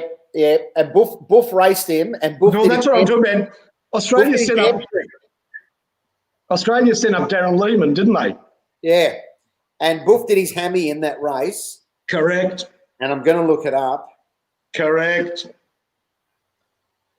Yeah, I'm trying to remember who that batsman was. Was it the opener? And that was it wasn't Great Batch, was it? No, it wasn't Great Batch. No, but Darren ran against him and he injured himself. It was ridiculous. He did a hammy, and remember he was wearing skins. Yes. That was a bit silly. It was Mark Richardson. Correct. Yeah, he got injured in the rickshaw race. Yeah, and there's a picture of Jake Lehman up on the screen. What a ripping mo that is. Hey, can our man on the buttons, can he bring up a picture of Jordan Gallucci of Adelaide and then of Jake Lehman? I reckon they're one and the same, those two. Can we do a split screen? Now, Yeah. Xana and Finey, can you remember when Darren Lehman famously did his hamstring on another occasion? And I'm, as a South Australian, I'm a bit biased with this, so I was watching this happen. Was it while he was batting? Yes. I'm trying to remember. It was a tour match. South Australia were playing England in the lead up to an Ashes series. Buff didn't look like getting picked for Australia that summer. He'd spent a year or so out of the Test side. And it was England's last hit out. So they picked a full strength team. There's Gallucci. Yeah, that's a beauty. In fact, I reckon that's better than Lehman's. Yeah. I reckon he is Lehman. Mother from another brother. Is it brother from another a doppelganger? He's a doppelganger. And Buff was on 99 against a full strength England team. And then just popped one around his leg side and tried to get a quick single. No, he was on 98. He ran one for 99 and he tried to get back for a second and did his hamstring coming back for a second. And got run out on 99 against the Poms. It was a tour match, I think in 2005 maybe. That the Ashes series we won when we won the Ashes back.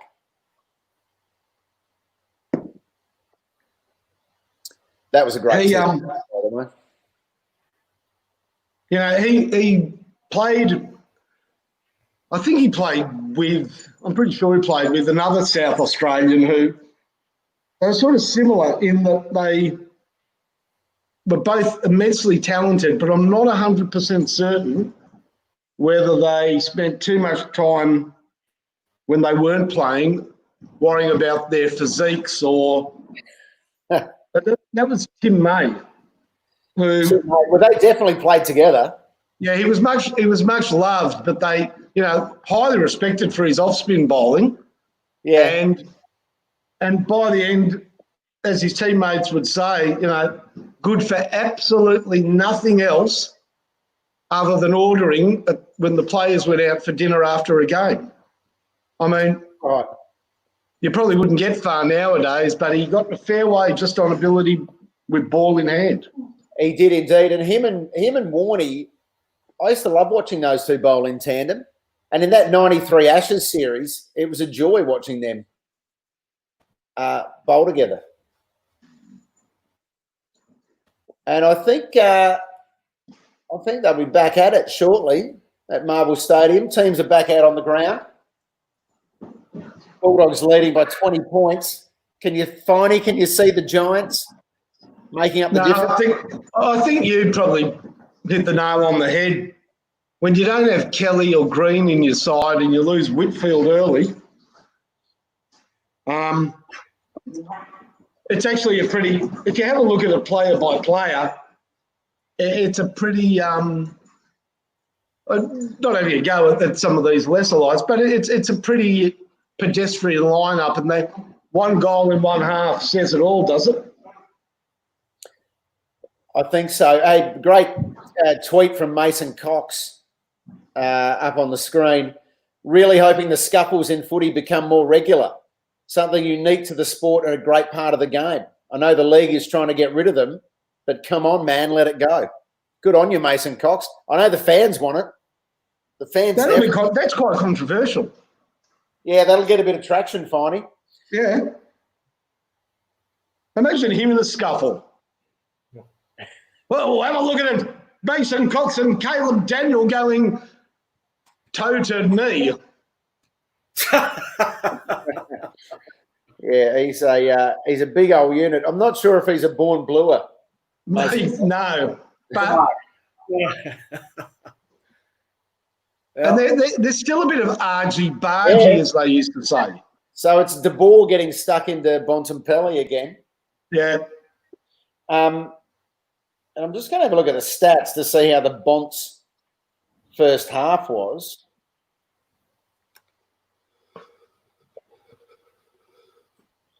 So McRae out in front with the possessions, followed by Caniglio McLean. Bontempelli, well, he had 10 in the first half, which is a bit down for him. So he's not, even though the team's doing well, the Bont's not quite at the same output level as he normally is. You know that Vic Melbourne punk band that had that song, McDonald, Tip and Woody? Yes, yeah. Yeah, okay. McDonald, Tip and Woody. McDonald, Tip and Woody, and McDonald, Tip and Woody's got the footy? Yeah. Can they do a follow-up song, Marcus Bontempelli on the telly? Bontempelli playing footy on my telly? Yeah. Surely. Come on.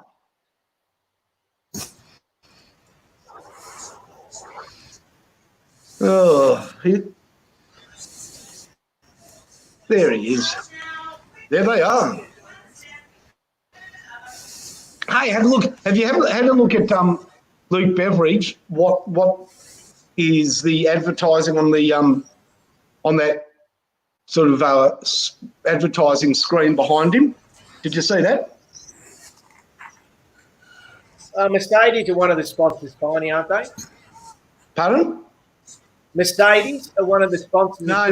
This was all one product, and I've got a feeling might be connected with the US president. Trump. Yeah. Wait for the next time they show Beveridge. I think Donald Trump's got in between somebody's ears down at the Whitten Oval. But I'll wait till it comes back up. You'll see it again. It'll reappear. Okay.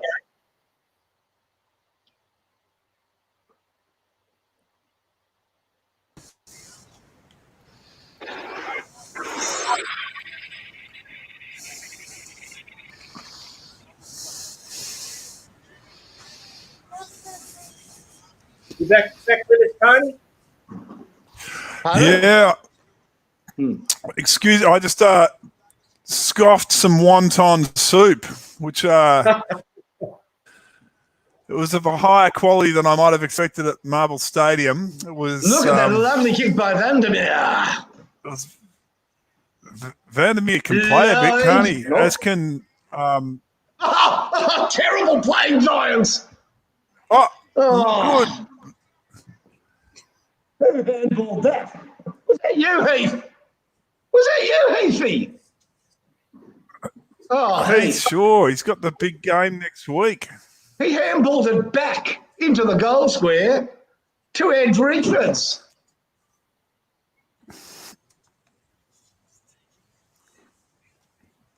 I don't care. That is a beautiful head of hair Ed Richards has. It's a lovely. I reckon that's great. Beautiful. The That is, I don't know. It's like metallic. It's like a metallic rust. It's beautiful. It really is. It's spectacular. How about that handball by Who Saw? I agree, Tiny. Yeah, I mean that is a really. Hey, I'm like a million other, 100 billion other idiots with mouse-coloured hair when I've got hair. But just who gives a stuff? That is beautiful. That coloured hair of Ed Richards. Very, very. It's really striking, isn't it? I'm saying it's striking. It's not out of a Decore colour chart. It's actually his natural colour. Would you call it spectacular? Titian red? Is it? It is a Titian red. I mean, this is a Titian red. It's like the roofs of Siena, the Siena skyline, isn't it? It's got that that deep red. It's not the orange of your teased at school redhead. It's the Titian of northern Italy. Spectacular. It is. Do you know what the colours of GWS originally were or are supposed to be? Yeah. Burnt orange and charcoal. Ochre and charcoal. Ochre. Yeah. I mean, imagine trying English. Can you imagine before last year's grand final, being a publican, because you know what pubs do on grand final day, going down to the newsagents and asking for ochre and slate, because it was actually slate, I think, ochre and slate-coloured balloons.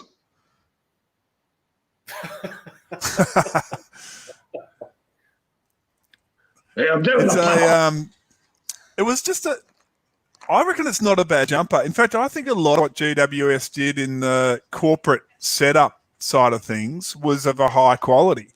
So why not find a colour that isn't everywhere through the AFL? Jumpers? Yeah, they're terrible. They're garish. They're as garish as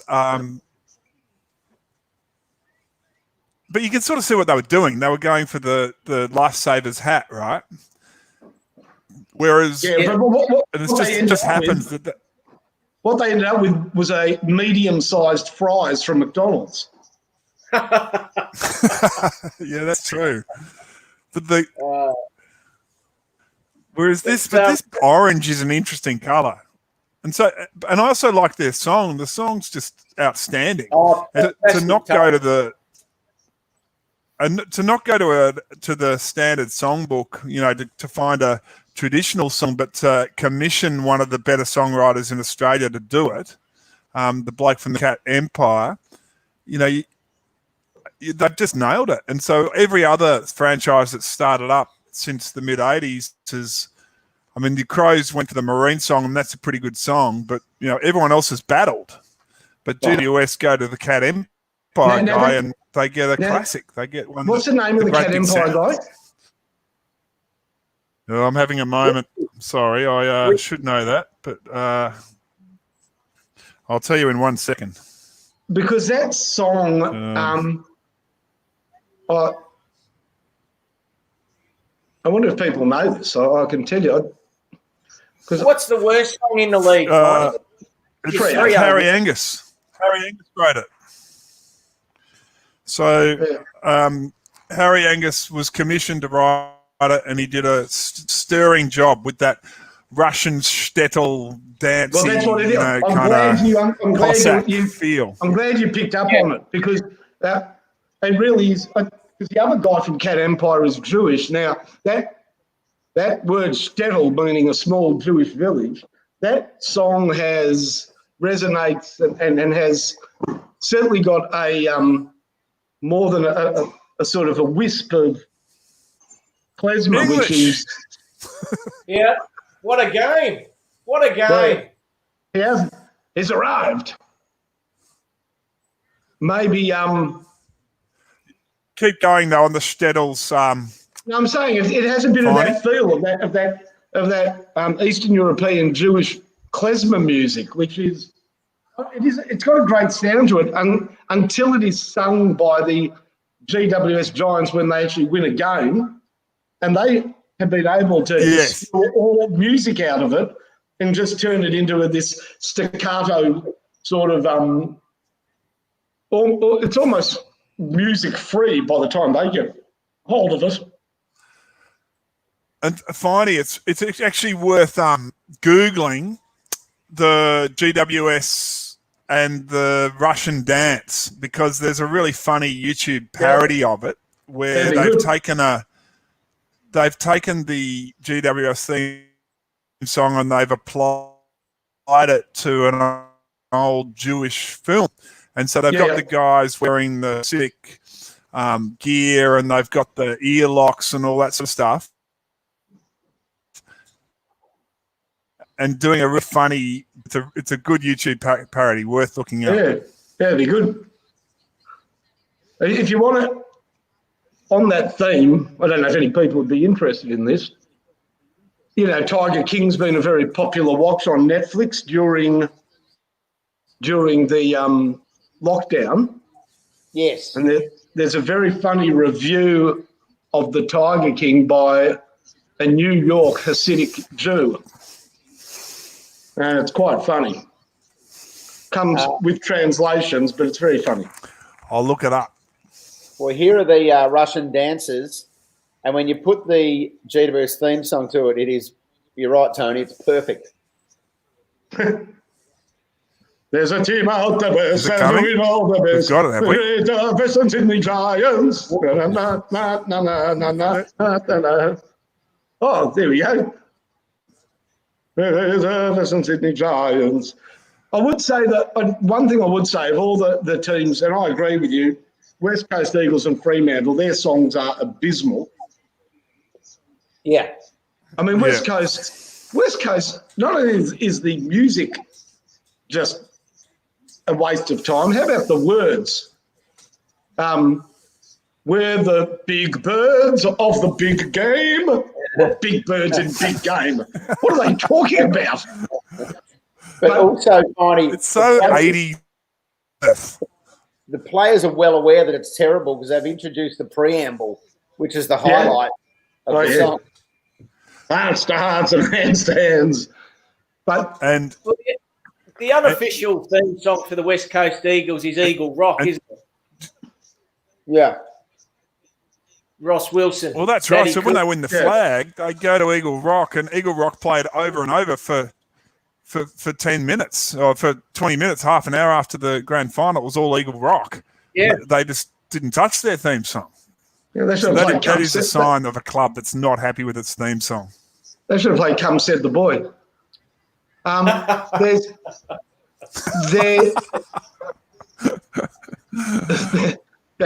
For Ben Cousins. I reckon Port Adelaide song's okay. Jez has got it. It's not bad. The funny moustache. Is Richmond the best song?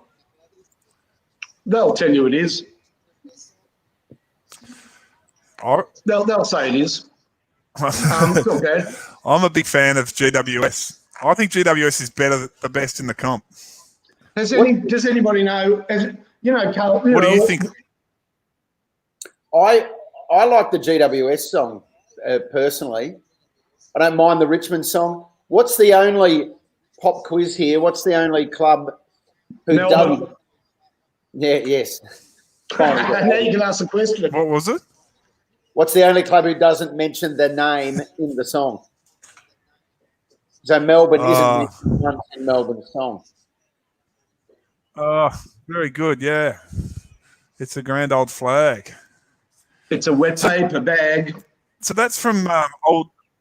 So what's the song? Because how most of them from that era have a root song, like a derivation, and so they lapse into a little bit of the Auld Lang Syne at the end with should old acquaintance be forgot, that one. But is the earlier bit it's a grand old flag? Does that it's from a song called It's a Grand Old song. Flag. Yeah, it's a grand old flag. Right. Okay. I mean, my favourite song is the Sydney or the South Melbourne song, the Notre Dame song. which that's a good one, isn't it? which is Port Adelaide's song in the SANFL. Oh yeah. Is the same song. Now, Carlton's song is from a. Oh, it's a not a great genre of music. It's from the days of the Jim Crow theatres and musicals, and it's called. You know what a Jim Crow is?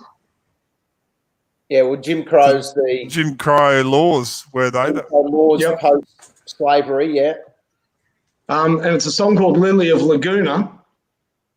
And if you look up the original words of Lily of Laguna, you would be absolutely floored. You would be aghast. Not a good one for the modern era for this week. Not if you don't think the N-word should appear in a football club song. Oh, really? Okay. Probably not. Given that we've established a bit of a German theme tonight, my favourite story behind a club song is Fitzroy, who had what everyone considered to be a terrible song, and they went to Perth for an end-of-season trip in about 1952, went to the cinema and saw Casablanca, and afterwards they agreed that the scene where they sing the French national anthem to the Germans in the bar was a really powerful scene. So the captain at the time, I can't remember his name, said, well, let's come up with some lyrics. So Bill Stephen. It was Bill Stephen, that's right. Bill Stephen. And that was the birth of what was the Fitzroy song, now the Brisbane song. Yeah, it only just won on it won on a vote, something like 12-9. You know that, don't you? Oh, I didn't realise they put it. No, I didn't know that. But you know what? You must remember this. The interesting thing is, though, that you That's a lie, by the way. That's a goal of the GWS. Errol Flint put one through, and they did need it. Okay. The flash to the Giants fan zone. They've been very patient tonight. The people in the Giants fan zone. Yeah.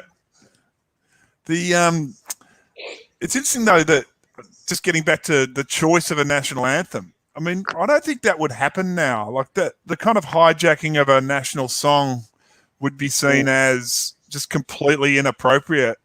It was seen as inappropriate. Tony, it was inappropriate then. The French embassy, this is true, lodged a very strongly worded, sent a very strongly worded letter to the Fitzroy Football Club and made an official complaint by their ambassador in Canberra that under no circumstances should, and they are very, very emotional about their national anthem. You know, it coincides with. It coincides it's about with the fields. The fields are soaked with blood and all that sort of stuff, isn't it? It's a proper war song. Democracy.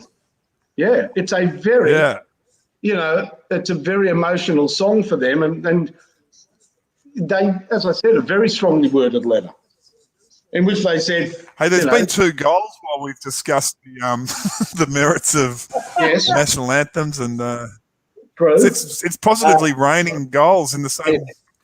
Well, McRae kicked that one. Yeah. They're still leading by 4-3, the Bulldogs. Dave on the comments here, and please send a comment through if you're feeling it. Dave says all VFL teams adopted US college songs. All adopted them except Fitzroy and Geelong. Fitzroy, of course, La Massey. And Geelong's the El Toreador. The Toreador song. That's the Bizet opera. Toreador, yeah.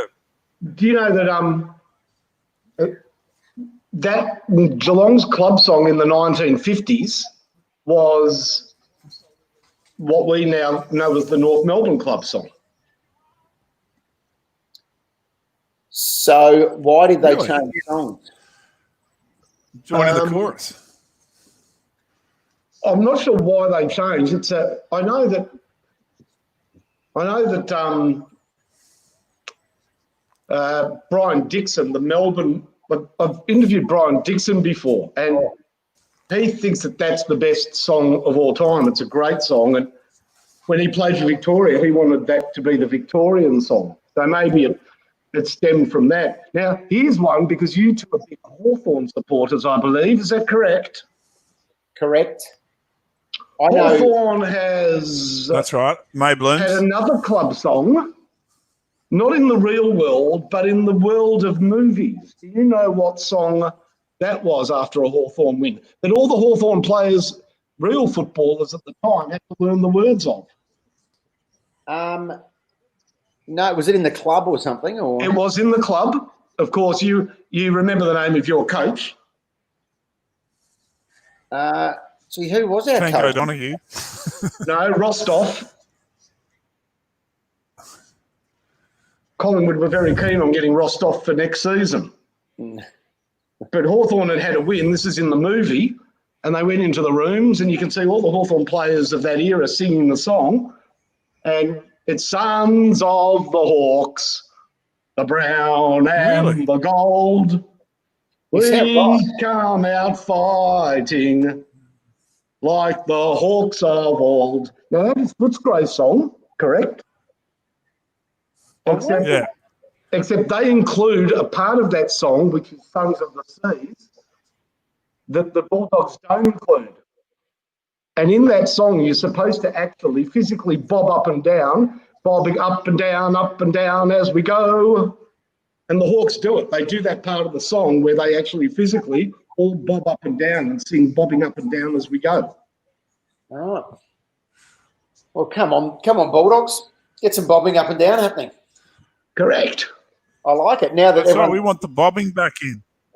And about we could get another goal here, I reckon. Do you know, I reckon there should be.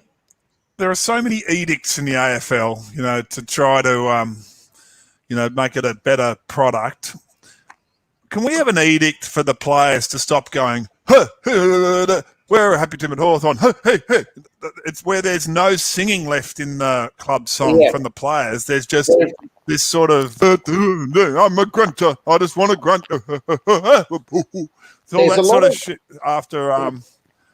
There's a lot of wooing, and I don't like it. I can tell you, Tony, at the forefront of the wooing is the Western Bulldogs, and I can tell you that I outed them on a couple of. You reckon they're the wooers? A couple of years ago, but then if you listen for it, there's an excessive amount of wooing. It's 3/4 time, by the way. They just give the goal on the siren there, give themselves a bit of hope. I don't know if 3/4 time was a goal. They missed it. There's a minute to go. 23. A minute to go. Bulldogs 44, GWS 23. There is a minute to go, but Luke Beveridge has stormed out of the coach's box. Not happy with that red Mr. time. Miyagi from AKA Mr. Miyagi. Yeah, you've got to tune in very early in this takeover to know why Mr. Miyagi is being bandied around there, but I believe he's a peaceful and chopstick fly catcher. He's the sort. Well, there he goes onto the ground. We know that. As Luke Beveridge walks out of the ground, minute and 1 second left in the third quarter. Do you know that Luke Beveridge's family? Actually, this is one for Finey. Have we still got him here? No.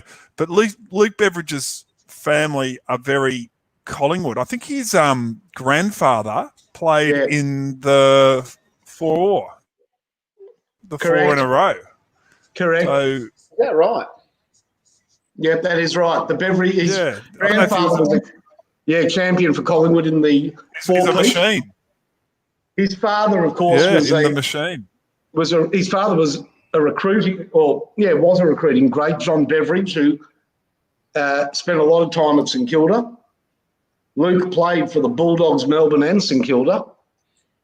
Now, this could be a goal here for the Bulldogs with just 20 seconds left on the clock. Oh, he's pulled it. He's missed it, sprayed it. Vandermeer. Oh. So they could still get one. Boundary throw in at the point post. What do you reckon? Yeah, they could. in the last 15 seconds. It's enough time. Hey, Tony, when you asked your wife about Vermeer the painter, did she give you like the sort of Aussie football commentator rating of him as a painter? I think she thought. I got the feeling that she thought over his career he had a 30 possession game, and should be regarded as. She didn't say, "Oh, here's another fight." Oh, he would have been. This one's got a bit more pepper in it. Oh, they're piling in. Oh, this one's had a couple of moments. No one throws anything anymore. Is this reminiscent of the first quarter in the '84 grand final? Not yet, but it's getting there. Here comes Dermot. We need someone to arrive and then leap with their knees. Now we can pull out all the quotes from All Ins. Oh, he's done all right, the boy. Sam Lloyd. You half expect Jeremy Cameron to come out with a... Oh, no, they found a free Jeremy kick. Cameron's fencing. Jeremy Cameron's fencing. And there's a free kick come out of this. So this is a shot. And it's a goal. It's Libba. Oh. Hang on, not again. What's your favourite Libba image? Oh, That's this still is most fighting. unsociable. This is like the old Friday night fights from Festival Hall. I love it. I mean, I know I should. This will help the AFL's JobKeeper program. A lot of money will be flowing back into the coffers. Look at this! A few of the players have had their shirts ripped off their bodies. There'll be a few jumper changes at 3/4 time. Yes. Look at the smiles from the Bulldog people. They're loving it. Do you remember when Libba shaved his head in Thailand? Do you remember that haircut? Yeah. Was it Thailand or Vietnam? It's almost worth looking for it. Was it Vietnam? It was I reckon it was Vietnam. It was just a magnificent demonstration of a man who is completely comfortable with most things. He just didn't care the images going up of a homemade haircut. That rates amongst the worst haircuts, I think. It was not show off bad, just one of the worst things that ever happened. It was one of the ugliest haircuts ever, but it was a man who was clearly on the loose after a grand final victory. Because I think it was when they just won the flag, wasn't it? It was after. That's right, yeah. Within 2016. Did he get in trouble on that trip, Limo, for did he get in trouble for playing a contact game over there or something where he played a game in wanted to yeah, wasn't it? Right. I thought that was he played in Bali or something, didn't he? No, Vermeer. Vietnam. Look at that girl with a pearl earring. That's the one. That's his famous one, isn't it? No, that's not the famous one. He had another one, of course, the more famous girl with a pearl necklace. Finey, keep it rated PG, Finey. You're better than that. I'm talking about art here, gentlemen. Yeah, really? We are, yeah.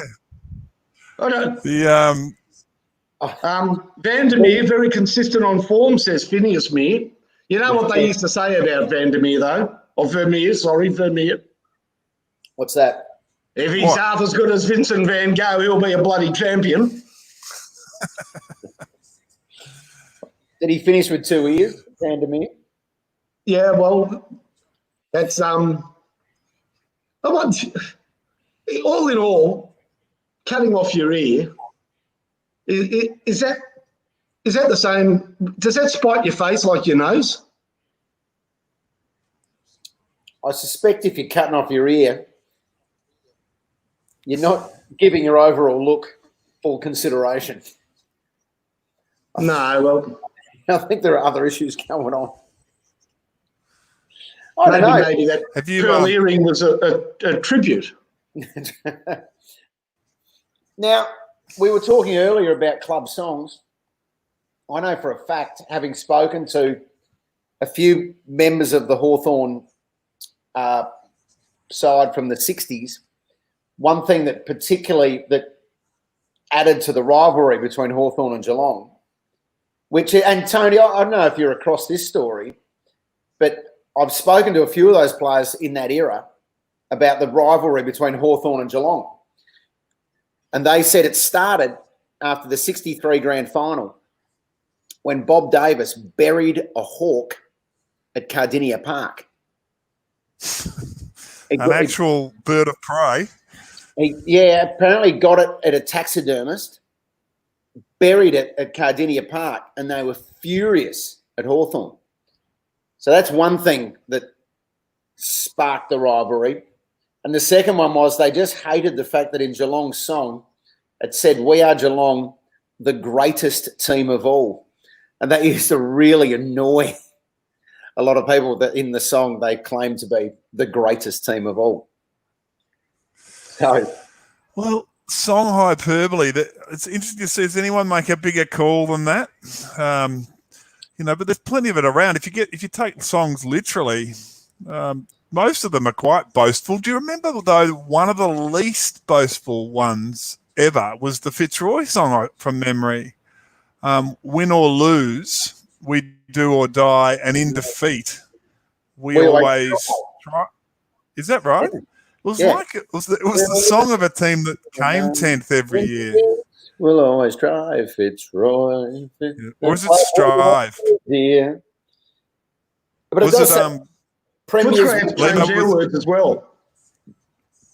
Yeah, Premiers will be this year, wasn't it? So they called the flag for themselves.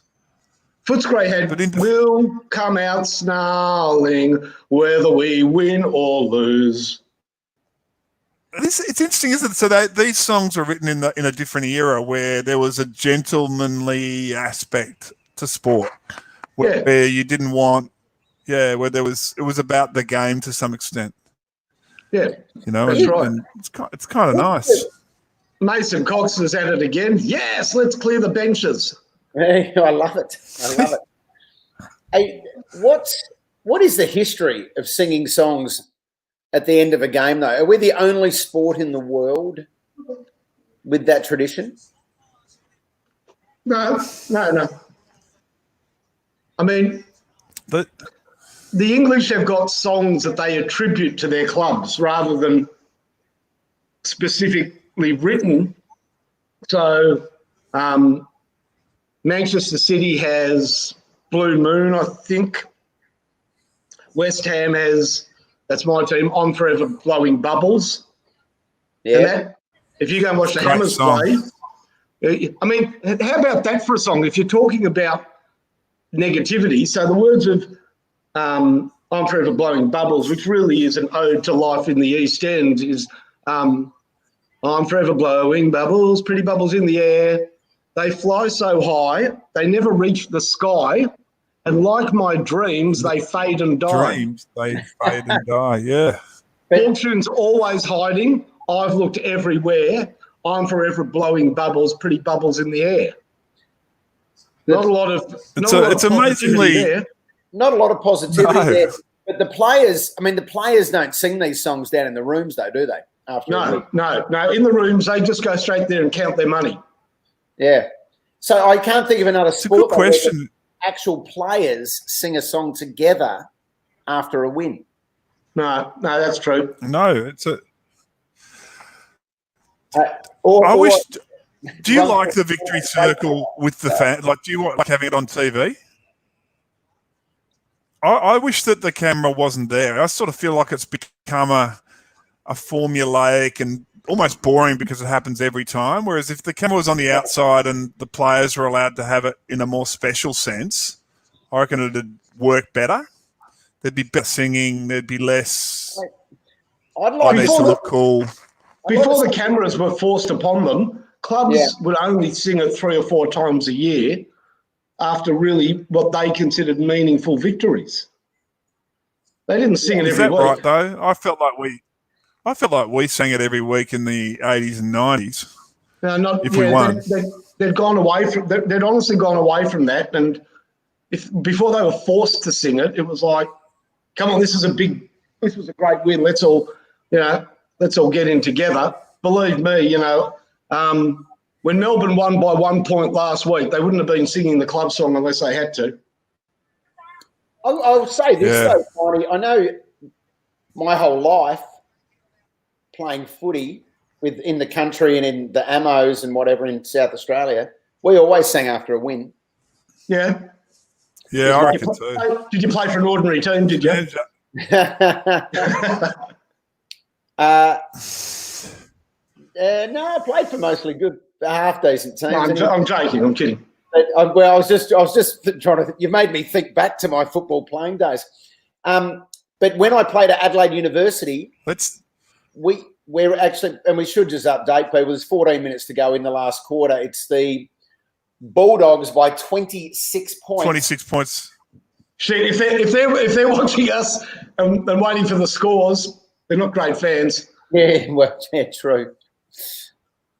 Oh, and this is Bailey Smith's kick. No, it's McRae. It's McRae fish. Not McRae. It's the other bloke who looks a bit like McRae.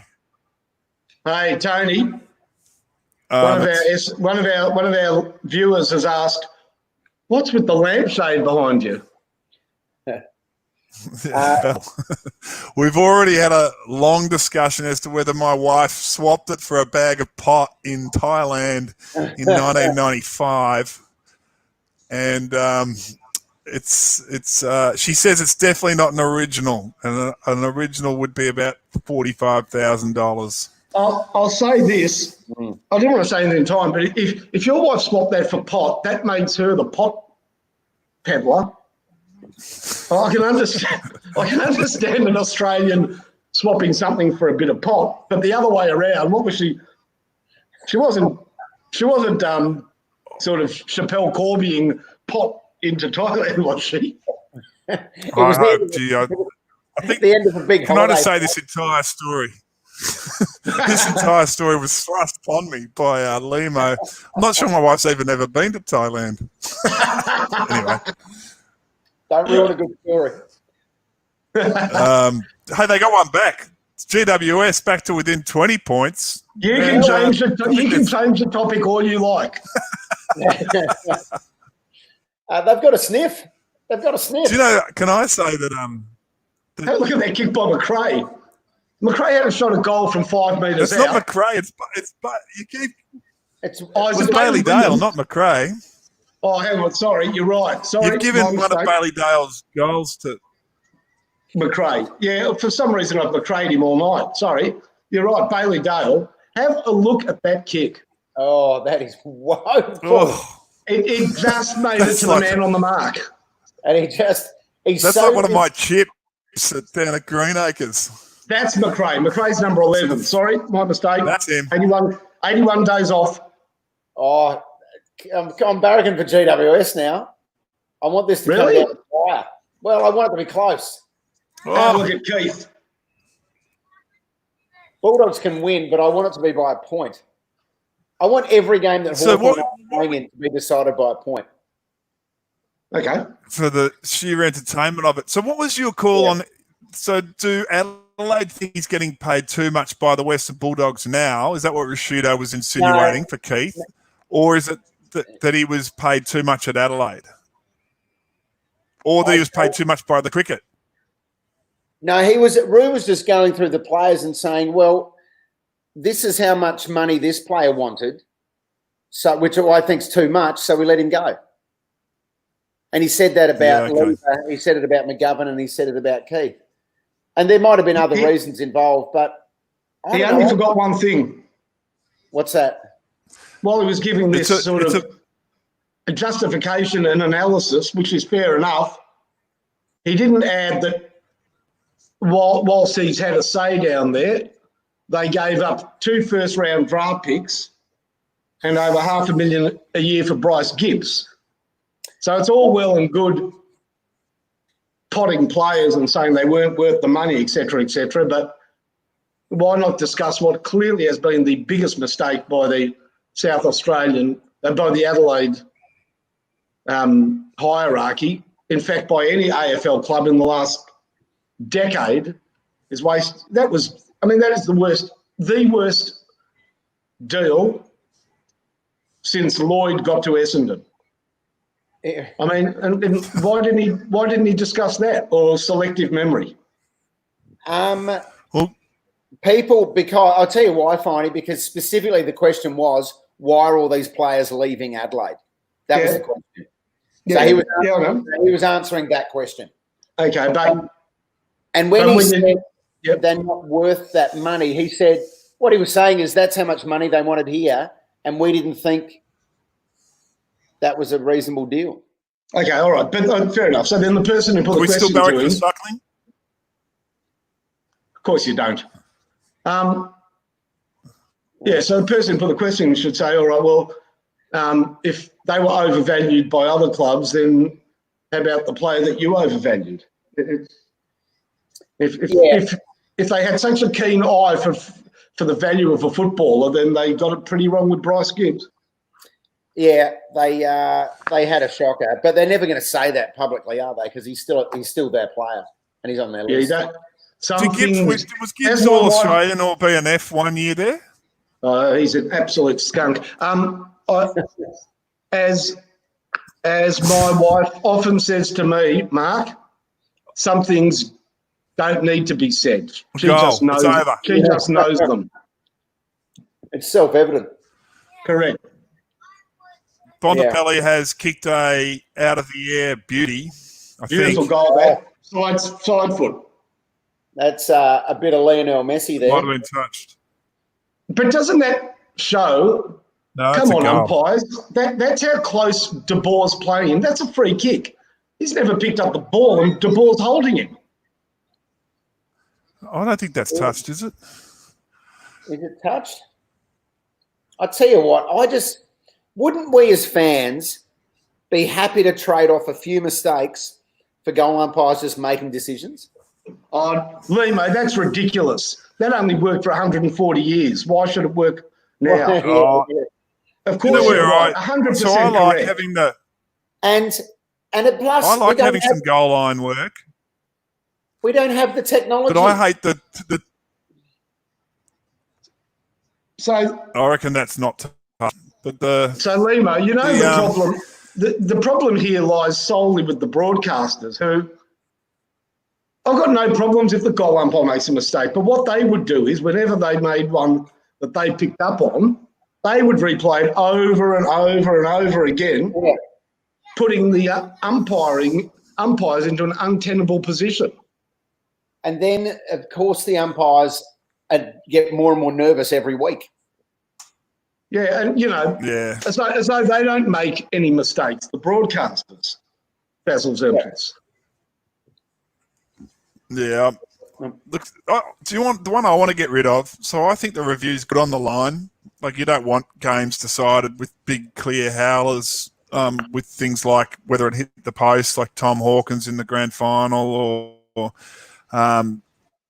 but the one I hate that I reckon they got to get rid of is touching a finger 30 metres out from goal. So just get rid of anything outside the goal square. So touch fingers and bend back pinkies is ridiculous. That's been a goal for 100 years if it flicks a finger and the umpire doesn't hear it. And then do your goal line stuff. But what happens when a player, right, so a guy's running in, he has a shot at goal, and it's marked on the goal line-ish, sort of, and the player marks it, plays on, ball goes down the field, there's a score at the other end, or we're going to come back after 3.5 minutes of football to do the goal line? Do you add that score on, pretend the next 3 minutes didn't happen, or 2 minutes, take the next score off? What if a play gets reported during that piece of play? But don't you review it before you resume play? Yeah, but it's not resume play. The guy marked it on the goal line or over the goal line, and he played on. the player doesn't have to wait for a review. What does the umpire do? Stop him while he's running away? Yeah, right. It's terrible. There's no score. It's not like the goal umpire signalled a score. The goal umpire's assumed it's a mark. You can't stop a player when he's running on and he's 40 metres up the field, can you? That's just... The Bulldogs the Giants had a chance there to give themselves just a little sniff. They're trying really hard to. Do you know that? It's interesting, isn't it, fellas, that the coaches, when the game is dead for the Giants as it is now, and their only chance is to hit the gas, and suddenly they start playing like the players that they actually are, and the game looks so much better these last 10 minutes. Yeah, of course. Just wish that's one thing I like about Clarko and watching last night. You sort of feel that this choker hold, the games where the Collingwood-Richmond game and the first quarter and a half of this one, well, just have a bit of a go. Like, have a go and see whether your team's good. Yeah, but you can't. It's not. Here's the problem: if one team chooses to play a high press, which means that you've got to kick 60 metres to get over the defensive line, and I really believe most coaches would go out there wanting to score, but not at the risk of turning the ball over. And they're very conservative with contested ball. So if you get the two right coaches playing, you get a better game or game styles. But some games are just because of how the teams match up, they just are not nice to look at. Yeah. This has been pretty insipid, let's be honest, tonight, hasn't it? Well, it's, you know what, unfortunately. It has really. Unfortunately, these are two of last year's finalists. Richmond and Collingwood were two of last year's finalists. These are not by far the worst teams in the competition, but the game, I mean, what is that?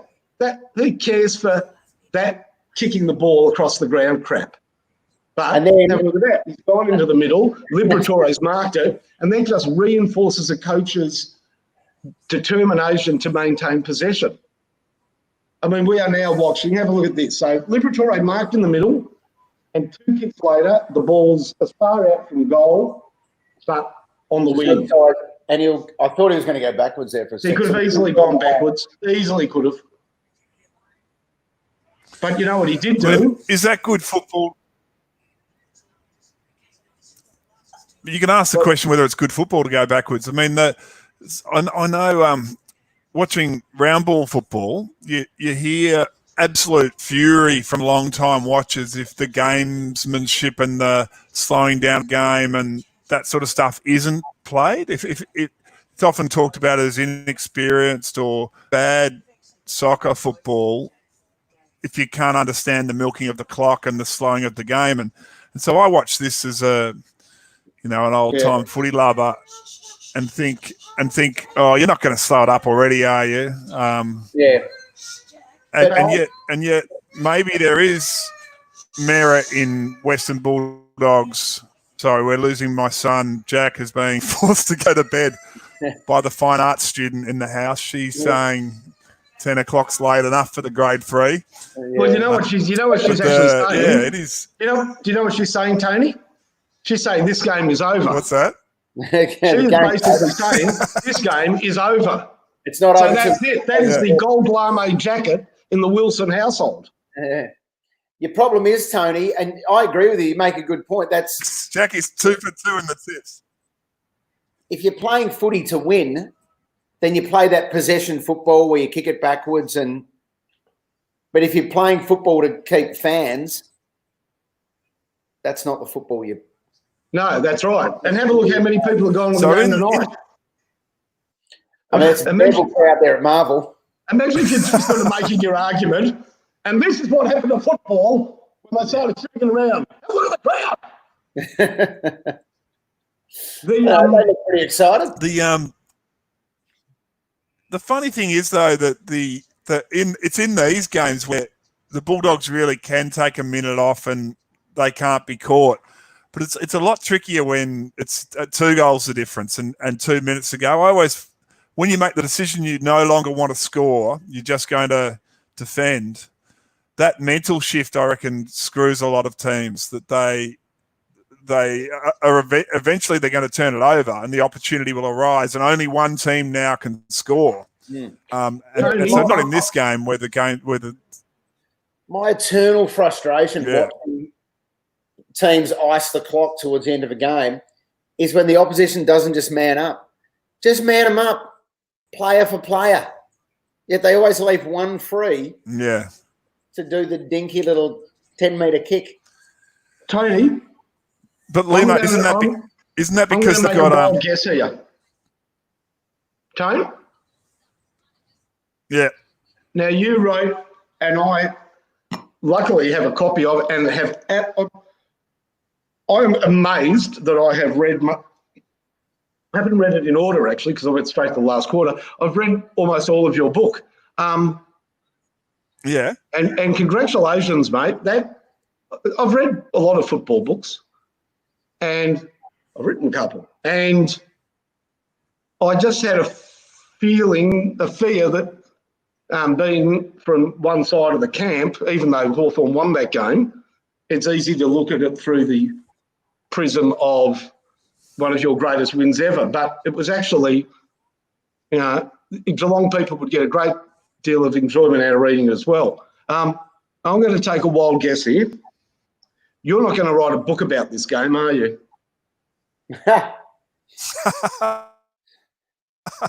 He may send out a newsletter. Finally. Round 3, the great. That's what it would be.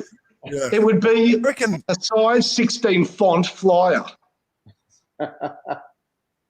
That's exactly one thing I'll say is that this takeover. One thing I would say is that I know, and congratulations to John on coming up with this idea and getting it going, the takeover thing, which they're doing for Big Brother and they're doing it for the footy.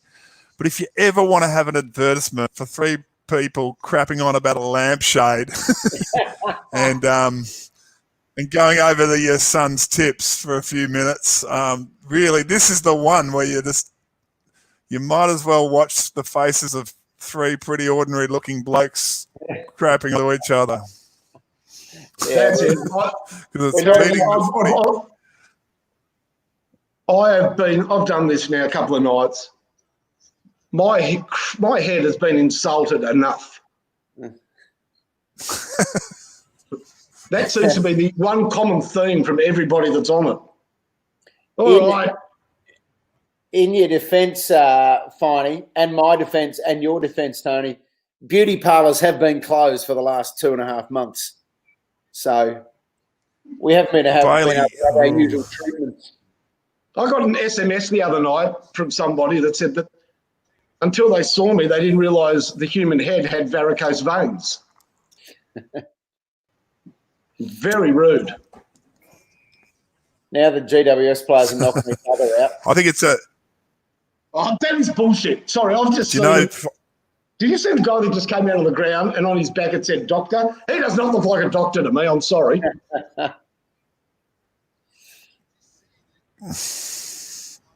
Would you ask for a second opinion? Go on.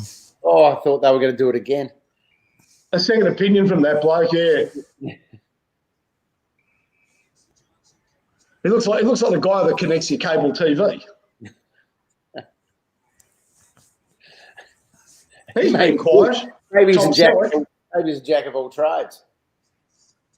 Does he look a bit like Tom Selleck? Oh, very young Tom Selleck. Even pre-Cannonball Run, Tom Selleck. I know that was Burt Reynolds, wasn't it? Cannonball Run. Yeah. It was Tom Selleck. That's the guy who claims to be the doctor. Bullshit. Do you remember Tom Selleck's? Do you remember Tom Selleck's Australian vehicle, Quigley Down Under? Yeah.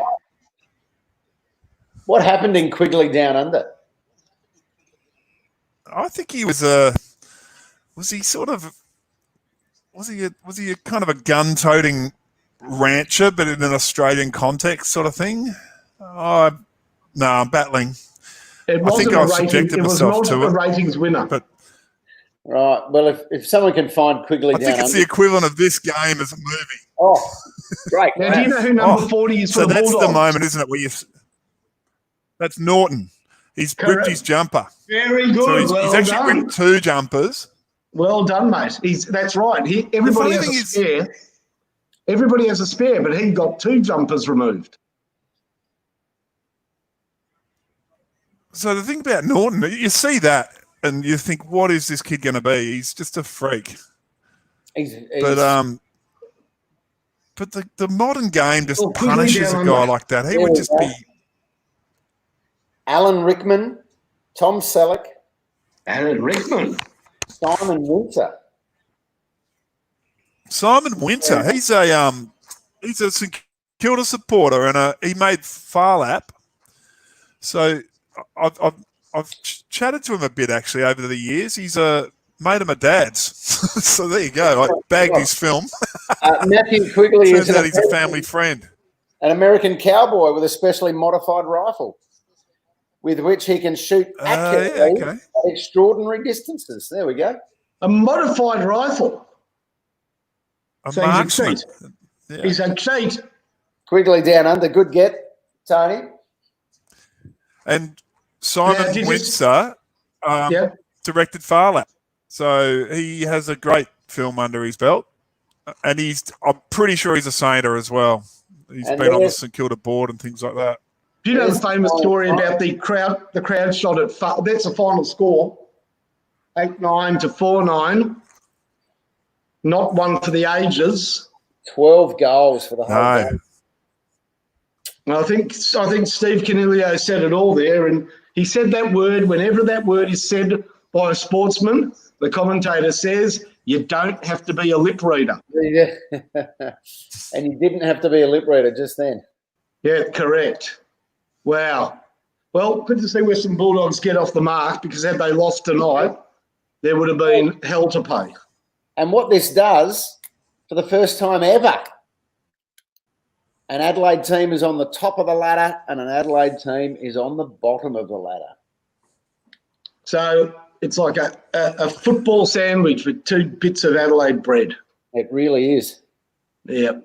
But good comeback there from the Bulldogs. But, you know, a pretty insipid affair all up, let's be honest. Who was the star? Timmy English seemed very good early. Yeah. But the they got a fair bit Dunkley again had a lot of it to hit the scoreboard. Caleb Daniel and Johannesson. And then Perryman for... Caleb got a fair bit of the ball. Johannesson? Who got the stats? A lot of uncontested possession. McRae, pretty low numbers, really. McRae, 25, Caniglio, 24, and Caleb Daniel, 23, Perryman, 23. In fact, Haitley, 21, Johannesson, 20. So only 6 players out of 44 had more than 20 touches. Oh, boy. Yeah. I mean, I'm glad, I'm certainly glad that we had yourself, Limo, and Tony, and the lampshade, and your son, Tony, and Vermeer. This was not... No, it's I guess last night's game was had a little bit more to it, didn't it?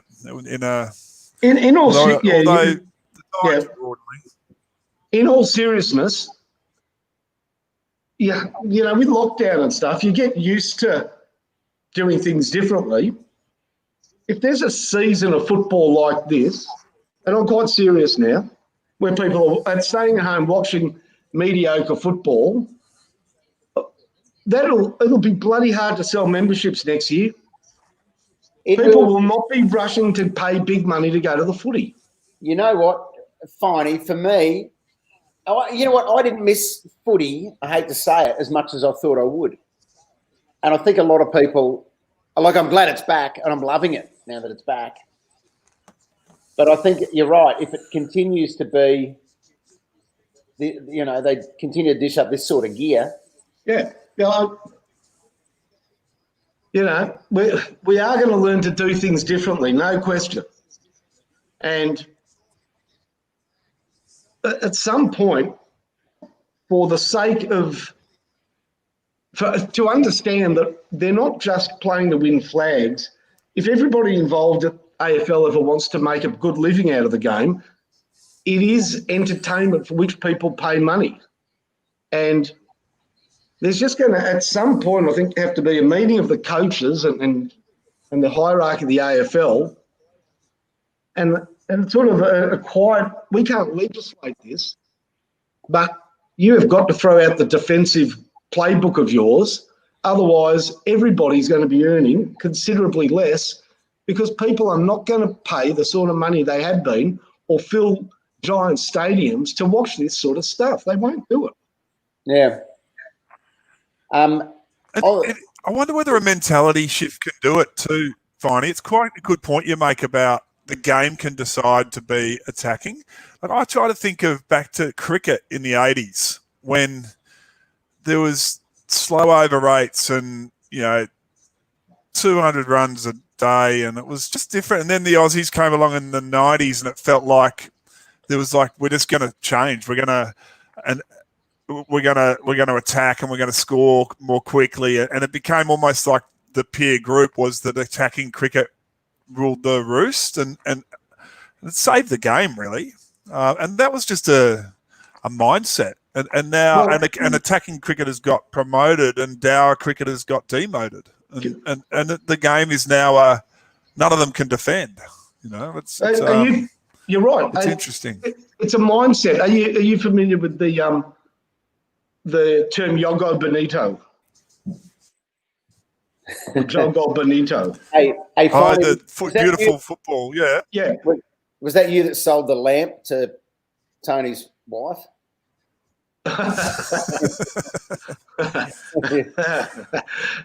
No.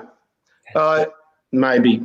That's the beautiful game, the philosophy. It was the Brazilian flair of the Pele era that spread to a philosophy in soccer that was look, the perfect example is Arsene Wenger, who originally had an Arsenal team that could win titles, but famously with 1-0 scorelines.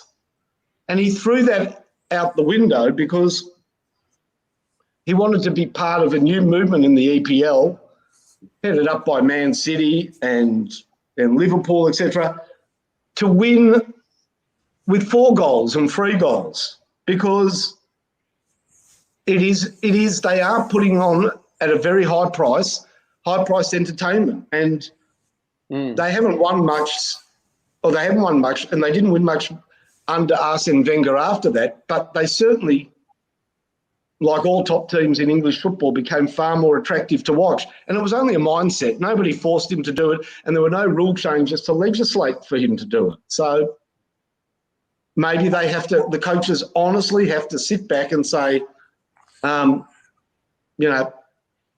it cannot be win at all costs, because if it is, we are all going to have much less money to divide amongst the people that make money from the game. I think that has to be done, guys.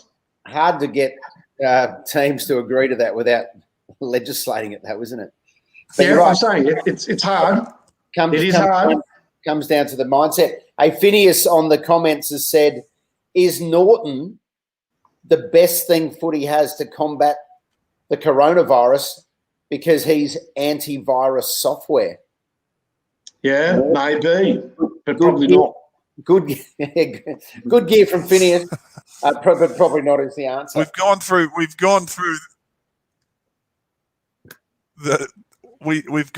all the Lehmans in the world and what they do for a living, and now we're going to have to apply our minds to the Nortons. Or maybe that's for next week. Well, we'll talk about Ed Norton next week when we get a chance. Hey, so I think we might wrap it up there, guys. It has been a pleasure tonight. We lost Xana's poor connection. I'll blame the NBN. for losing Xanadu. But Finey, it has been a pleasure. Thank you. Thank you. And Tony, thank you, mate. See you later, Finey. See you later, alligator. Thank you, Limo. It's been, we'll just stay on in the green room and talk about Isaac Smith's resurrection and how our too old, too slow Hawks can 91 it again. I've got a good feeling. We've got the super coach, so we can do it. We can do it. Well, I'm a lot more buoyant than I was when I picked him to come 10th yesterday, but I'm now feeling pretty good. Go the Hawks. Go the Hawks. Yeah. And thanks, Tony. We'll chat soon. Chat soon. See ya.